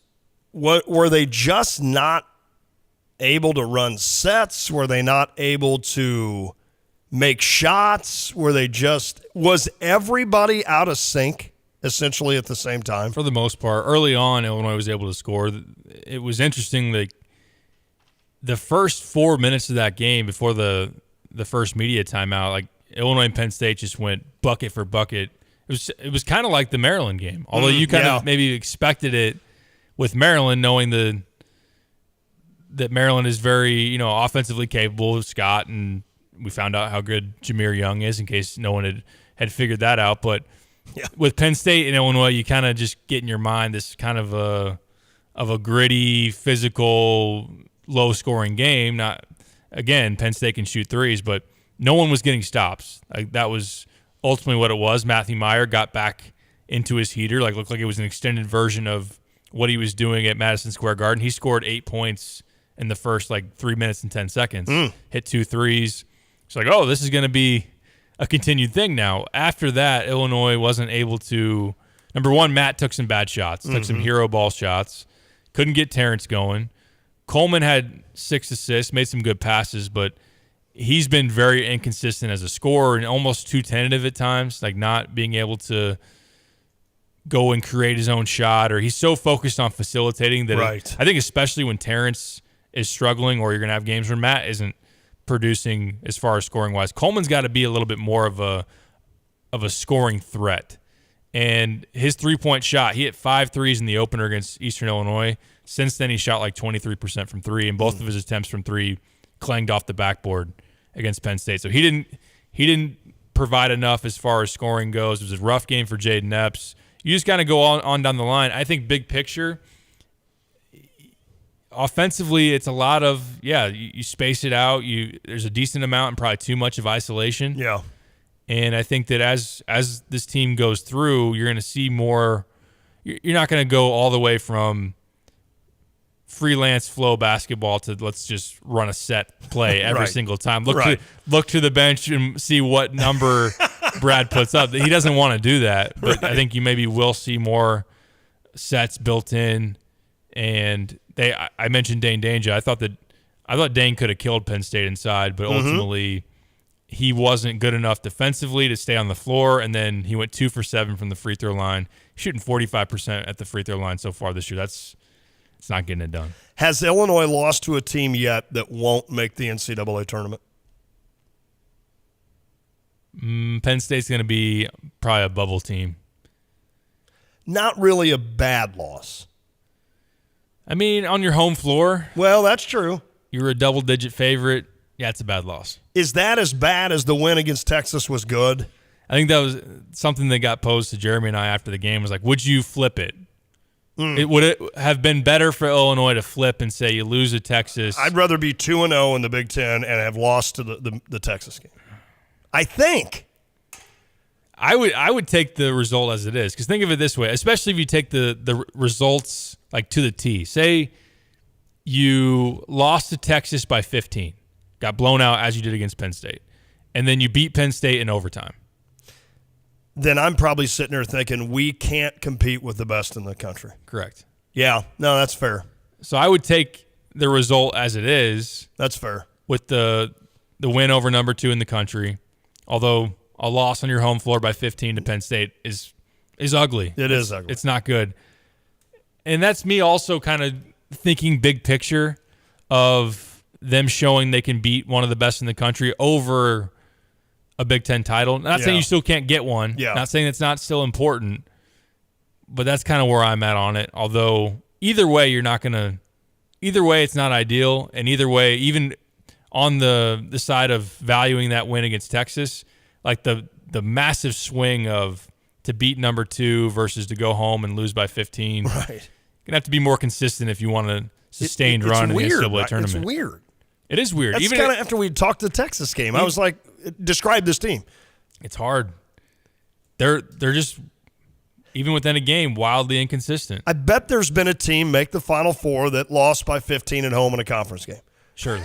Surely, yes. Absolutely. But it is weird because as soon as you want to just be like, holy crap, like you're beating the number 2 team in the country. And I know that fluctuates. I feel like Texas will stay a top 5 team all year or close to it. I don't feel like they're going to and by the way, Illinois dropped to 18. And that kind of shows you. I mean, you just beat the number 2 team in the country. You dropped in the AP. So that kind of shows you the weight of losing at home by 15. But, not many teams are able to beat a top 5 team in the country and UCLA, who could, by the end of the year, work its way back into a top 10 or top 15. I mean, you have 2 wins over top 15 teams in the country. That doesn't happen all the time. But then to just do what they did, like the Maryland game, it is what it is. I feel like Maryland played well. Illinois did some things. I mean, it goes, but yeah, the Penn State game. The Penn State game is a bad one. Weird. And now you look on KenPom. Yep. And as far as the wins go, Texas is number 4 in the country. UCLA is number 8. So on KenPom, you got 2 wins against 2 of the top 10 teams in the country. Penn State's 33, so they're not a bad team. That's a team that's KenPom would say is projecting to go to the NCAA tournament. Is Illinois in the 20s? They are 19. 19, okay. Maryland 17, Virginia 9, to also account for your other losses. It's just weird that and not to take anything away from the second half comeback against UCLA, it looked like UCLA was going to blow you off the floor. Yeah. It looked like Maryland was going to blow you off the floor. So why do you continue to find yourself in holes? I mean, even Texas. Yeah. We were sitting there They were looking up at each 15, other right? like middle of the second half. They're up 15. Terrence is out. It's like, all right, well, it was fun covering a game at MSG, but this has gone way off the tracks. It's just a weird type of swing. Now, again, it kind of also, you could explain it in some sense for a team that hasn't played together a whole lot. And that's true. It's early in the year. That's true. And they're just kind of wild results or just wild swings early on in a season. So maybe we should be excited about the end result and what they're capable of doing with the idea that for the next 20 games, you're going to learn how to play better together. You hope. Right.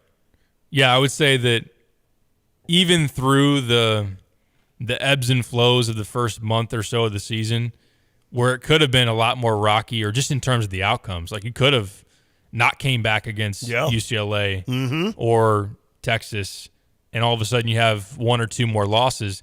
To be able to secure those top-level wins that are going to matter in March and still be able to get through some of the turbulence. Yeah, that's fair. That's a good sign. And then I think something that most people are hanging their hat on more than anything is just you've seen the upside. Yeah, right. The ultimate upside of the team is when this team is going and on the floor against one of the other top-notch teams in the country, this team can compete, and not only that, but win.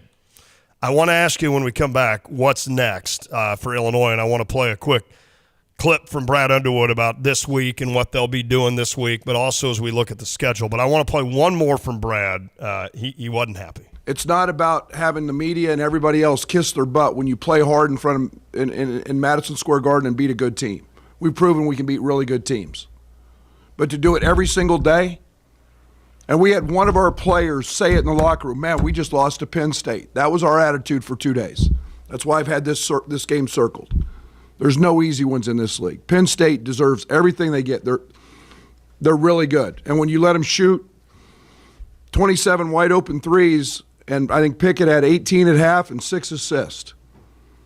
If he got 30 tonight, I was great with it. But he couldn't have the 6 assists to go with it. And the first possession of the game is a blown coverage because nobody wants to move. We played very, very uninspired basketball from the second we landed from Madison Square Garden until now. We have been atrocious in practice. Maybe the 2 worst days of practice leading up to a game I've been a part of, and that's leadership. That's leadership. Plain and simple leadership. Put it in bold damn print. Leadership. Lack of. And no effort. That's what happens when you in this league when you have none of that. Prairie Gardens is your local one-stop gift shop. It's a magical winter wonderland full of perfect holiday gifts. With candles and scents full with warmth and cheer. Stocking stuffers and toys for the smallest of receivers. Gifts for the gardener and bird lover. And a peachy boutique with buy one, get one half off savings. All jewelry, hats, gloves, and scarves. Buy one, get one half off this week. At Prairie Gardens, your Christmas destination for over 50 years. Jets Pizza has their ribbon cutting ceremony with free slices from 4 to 5 on Monday, December 12th at 512 South Neal Street. Jets Pizza invites the public out to check out the new floors, the new wall tile, the new wall mural. Everybody loves Jets, and now the location looks better than ever at Neal and Green. Come on by Monday the 12th between 4 and 5. See me, Diane Ducey. You could win a prize. We're supporting Jets Pizza, 512 South Neal Street in Champaign. Hi, this is Amanda Jean, the founder and planner of Inspire Your Wedding and Events. It's Inspire Your Wedding Showcase coming to Carmen's in downtown Champaign on Sunday, March 26th from 2 to 5. Join us for the biggest wedding showcase of the year, bringing together vendors and couples from all over Central Illinois. Find out how to learn, connect, and book services to create a magical day. Join us for the premier wedding showcase Sunday, March 26th from 2 to 5 at Carmen's in downtown Champaign. For complete details, visit inspireyour.com. That's inspireyour.com. At Lifeline Connect, a residential recovery center for men in Urbana, we believe there is no such thing as a lost cause. As you donate to Funding the Dream, you'll be giving to a safe place where men can experience recovery while pursuing God's purpose for their lives. Lifeline Lifeline Connect is a Christian faith-based solution to life-controlling drug and alcohol addictions. Right now, we've received a generous donation to double your financial support up to $50,000. Help with the mission to rebuild lives as you visit lifelineconnect.org. Thank you. Jets Pizza is celebrating their major remodel at Neal and Green on Monday, December 12th, with Diane Ducey handing out free slices of pizza from 4 to 5 p.m. Champaign County's Chamber of Commerce will have a ribbon cutting at 4 as owner Don Weiss and new store manager Casey Stabler invite you to see the new look. Join us starting at 4 on Monday, December 12th at the grand reopening of Jets Pizza, 512 South Neal Street in Champaign. Everybody loves Jets. The Long Branch and Gifford will be doing a Country Health Nursing Home sock drive through December 21st. Items include unopened men's and women's sock, toothbrushes, toothpaste, hairbrushes, and crowns. Drop-off locations are at the Long Branch Steakhouse and Gifford State Bank. And nursing homes can use all the donations they can get. Can go a long way to make someone's day. Let's go all out and put smiles on these loved ones' faces.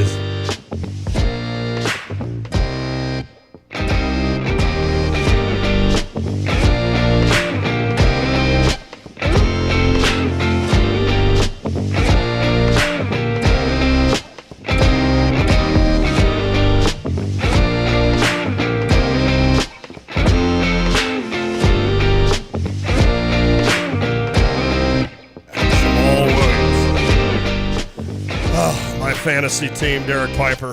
I thought Jamal Williams was just like a Hard Knocks darling, like saying some funny stuff, inspirational leader on Hard Knocks, but then it'd be DJ Swift's time to shine, but no.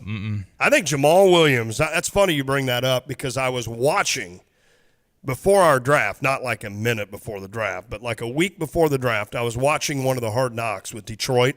And they kept just showing Jamal Williams going crazy and just running everywhere, yelling, just taking off his shirt, flexing. And I'm like, I wonder, I bet he might have a pretty big impact in Detroit. But then I just kept thinking to myself, nope, DeAndre Swift is a stud. So you draft Swift, and he goes for like 118 in the first game or 133 or something and a touchdown, and you're like, all right, everything's – nope. After that, it's been just nothing. But he gets maybe 3 carries a game.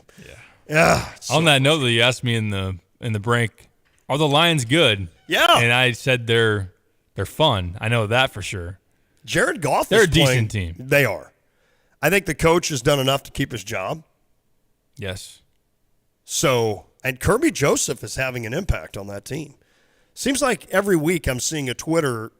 Somebody tweeting out about him recovering a fumble or intercepting a pass or making a huge hit. The one day, knocked a guy senseless. So that's awesome for him. They're a decent team. They're more fun than they are good. Mm-hmm. And they play the Jets this week. And imagine me saying, I don't want to say I can't wait, but I'm intrigued to watch Jets-Lions on Sunday. Really?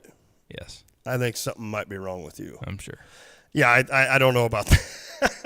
Of course, I'll have to because got teams with playoff implications. Yeah, that's true. That is true. How about the Carolina Panthers? They go out and get a win at Seattle. I'm not in on the Panthers. To bust every parlay that was going yesterday. That's my little thing tomorrow. If I find time to write it, I'm writing this thing. And I got no reason not to be able to write it. All right, Brad Underwood on this week. It's finals week for Illinois. It's hard. We got 2 days off in there because we got heavy days of finals. We just try to get guys in the gym a little bit. We'll try to get back to our normal game preparation. We need guys to actually do well in their finals and so they can, make it to the court. So, it's a hard week, but this is going to be more about soul searching and meetings and so on and so forth than it will actually be till late in the week practicing because there's not a lot of opportunity with our final schedule. This probably is just a bad week. I mean, guys are tired. You remember you get to that weather's cold outside. You're having to do finals. You're stressed out about that. You're tired of practice. This is the second straight week that essentially, not the second straight, but you haven't played a lot of games in this stretch, right? And so now you look ahead and you're like, oh, crap. we have all week of nothing but practice, essentially, and then a game. That means Coach Underwood can just do what he wants with us for a week. And I know, as he mentioned, he'll take a day or two off. But, yeah, it's just one of those just kind of like, let's just get through this, get to the holidays, get the bragging rights game, hopefully a win there. You got 2 other kind of gimme games, and then turn the page and then get ready to go. For sure. And like you said, the schedule is very favorable as far as you get a week to work on stuff, also do your finals. Have Alabama A&M coming in. They're 328 out of like 360 D1 teams. The bragging rights game, which Missouri, as we were talking about last week, they were 9-0, hadn't really played anybody. Then they get thumped by Kansas by almost 30 on their home floor on Saturday. So we know they're not as good as Kansas, which Illinois obviously scrimmaged in the fall, and sounds like they were at least in a controlled environment on par, if not, some would say maybe a little better. Regardless, Illinois should be able to beat Missouri. They will be the team that's favored in that game. And then Bethune-Cookman, another one of the bottom feeders in Division I. Those are your only 3 remaining games in December. So with space in between those games, you got the holidays, you got finals. So it's not like you're going to be on the practice court every one of those days. And even to this week, I think Brad would, as a coach, prefer to do the Lindenwood week. You think about right after or leading up to Thanksgiving, the week of Thanksgiving. They didn't have a game from Monday until they played Friday against Lindenwood. They had 2-a-days for a couple of days mixed in there. You can't do that this week because of finals. Like, they put parameters in place so that teams don't overwork their guys, that there's time to set aside for studying and taking those finals. So Brad mentioned a couple of days off, and it probably won't be until Thursday, Friday they really ratchet up and get ready for the game on Saturday. Wow.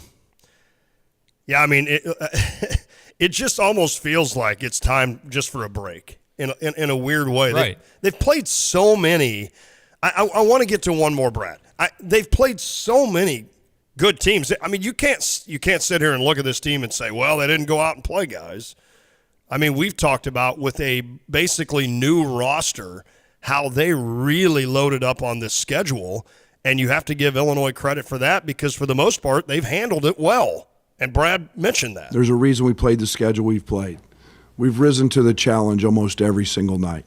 But I had this one circled, and no offense taken to Penn State. They are terrific, but they haven't been. And it's a name, and you're coming off that, and you win. And it's how do you handle winning? And how do you handle it on the national stage? And then how do you prepare? And we failed. And I failed them. I failed them miserably. And I know that those nights are going to be there, but I could handle getting beat by them because they made plays. But the lack of effort, you better have more accountability than that. Well, there you go. And I feel like everybody from Brad down needs to have accountability this week and get this team back to rolling, right? I mean, again, you've beaten UCLA. You've beaten Texas. You have some really good wins. Syracuse, you blew out. You played well against Virginia. So, I mean, it's just a situation where not all is wrong. No, definitely not. At all. Right. You're still very much in a good spot. And I do think a breather just in general could be good for this team to mentally reset and to let this loss simmer a little bit. Let it sting. Let it be something that when you come back from finals inspires a really great effort. Now, Alabama A&M, they shouldn't even be in the ball game with you after a couple of minutes. But we've seen in the past, Illinois on paper is the better team than Missouri, but Missouri has won that game. Yes. You got to make sure that's not the case and that you use some of that fuel that you should have after a disappointing loss against Penn State. You know, save that for right before Christmas time when you're on the floor out there in St. Louis.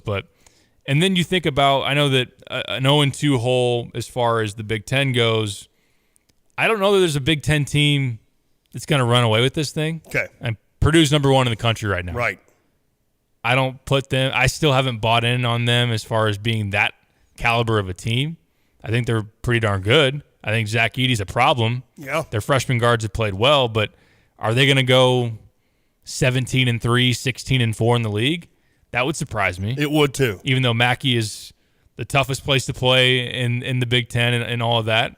we'll see. It's got to play itself out. But as far as Illinois goes, when you go back into Big Ten play, we talked about the end of December, early January, your first Big Ten games are at Northwestern, Wisconsin at home, at Nebraska. Those are your first three. I mean, once you look at those, you definitely should win all three of those. I would agree. Michigan State at home, at Minnesota, Indiana at home, Ohio State at home. Your tough ones are at home. Right. Your first three road games in the Big Ten when you resume at Northwestern, at Nebraska, at Minnesota. It doesn't get easier than that. Nope. Just get right and be 8-2. Or whatever that is. I mean, I'm guessing on the however many of those games you should win. But, yeah, I mean, we talked all about how Illinois got a pretty favorable schedule in the Big Ten. You could be 5-2 in the league going into the Indiana game. Going into students return from break. That's big. January 19th, hosting Indiana. It's not going to be a walk in the park. Wisconsin is doing Wisconsin things yet again. Even going to Nebraska, we saw Purdue almost lost that. A game went to overtime, and Nebraska's already beaten Creighton. Michigan State on your home floor. But, again, you're going to be, based on Ken Pom, who projects scores and who's favored, you're favored in all 5 of your next Big Ten games leading into Indiana, which obviously is going to be a heavyweight clash. There are some big games at the end of that schedule. Yes, there are. Big games, including a February 14th at Penn State. Need a little payback there. Then you're at Indiana. You got Northwestern at home, but then at Ohio State, Michigan at home. Then you finish at Mackey. Woo! I would hate for my Big Ten title hopes to come down to beating Purdue on the road March 5th. I don't know that sounds like something that would be that exciting. It'd be exciting. Well, I know it would be exciting. I'm sorry. It's not maybe the... Inviting, maybe, would be the better word. That's a good word. Hey, let's take a break. There was an All-American named today at Illinois. We'll touch on that next. It is The Drive. If you want a steak, I mean a steak, prepared the way you want it, you've got to go to Long Branch Steakhouse. Hi, it's Jay Lehman. It's been over a year since I was introduced to Donnie at the Long Branch Steakhouse in Gifford. And when I want a great steak, that's where I go. And the sides, the Brussels sprouts, the mac and cheese, and the salad with Donnie's secret frog dressing.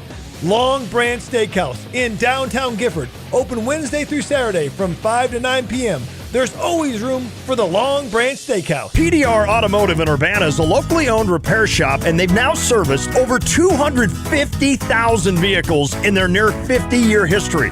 Now, that's more than 4 times the size of a sold-out Memorial Stadium. It's more than all Division I athletes in the country combined. That's more than the entire population of Champaign County. That's more than, well, you get the idea. When you turn the key and the car won't run, call 367-9481. They are what's best for your truck or car. They are PDR. Flowers equals smiles equals happiness. Think love with flowers. The Blossom Basket florist can put a smile on everyone's face with a beautiful spring floral creation. Let their flowers make you a hero. Flowers are always affordable for all occasions, from simple to simply magnificent.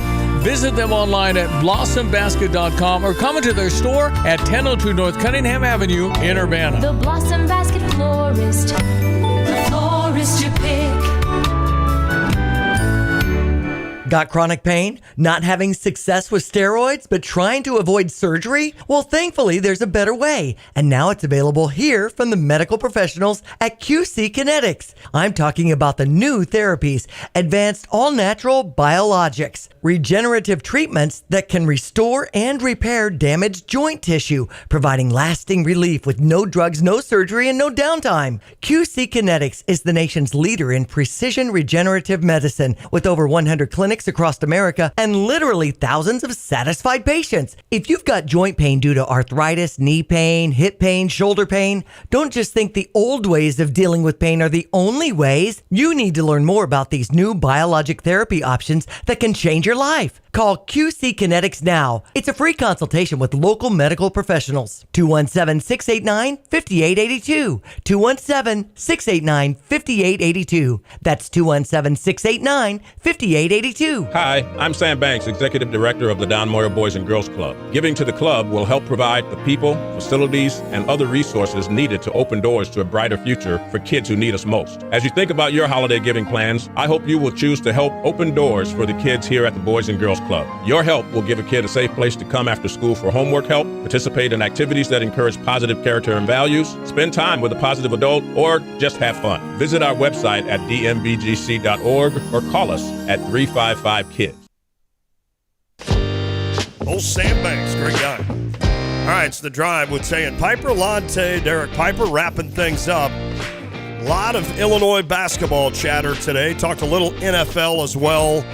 And then, of course, the sad news, and of course our thoughts, as I know all of Illinois fans' thoughts, are with Mike Leach and his family. Obviously, a heart attack yesterday, and it does not sound good news at all. And of course, the thought to that, of course, is that Illinois is set to play Mike Leach's Mississippi State Bulldogs January 2nd in the ReliaQuest Bowl. So Mike Leach won't be there for that. We hope that he can survive this, but certainly the news does not sound good. He's in critical condition, and I don't feel like he's doing well. I mean, from the reports. Doesn't sound like it, right? From reports, which is very sad. Hopefully, prayers can turn that thing around, but it does not sound good right now. I don't know how old Mike Leach is. I was wondering that today. I don't know. I mean, can I say this? It seems like he's been old for a while, but yet it doesn't seem like he's aged forever. He's 61. Yeah, that's not old at all. Wow. He's looked 61 for 20 years. Right. Does that make sense? Yes. But yet he hasn't changed for 20 years. He's looked the same exact guy for 20 years, I feel like. But he is certainly, someone that is very well respected in the business. I know Brett Bielema was looking forward to coaching against Mike Leach, and that won't happen now, obviously. So tough stuff, tough news there. And, of course, I don't know that we've heard any more about, the Chris Beard. Chris Beard, sorry. The Texas I know coach. that while we were talking on ESPN, they had a quote from his attorney that claims that he's 100% innocent, that he was wrongfully arrested. He was shown leaving the jail there in Austin off of bail. But so he's out, and he was, if you just tuning in and missed it, he was arrested for strangulation of a family member early this morning, and we'll learn more details as we go along. Okay. Lastly, I want to finish on good news. Devin Witherspoon, named All-American by the Associated Press, first-team All-American.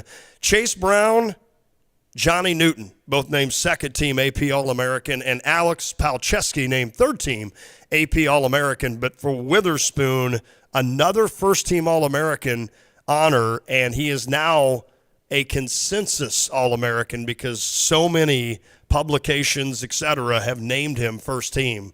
So congrats to Devin Witherspoon, a guy that is going to make a lot of money in the NFL, and a guy that was just, I know you kept bragging about him all season, and the idea that they don't, number one, they don't throw to him.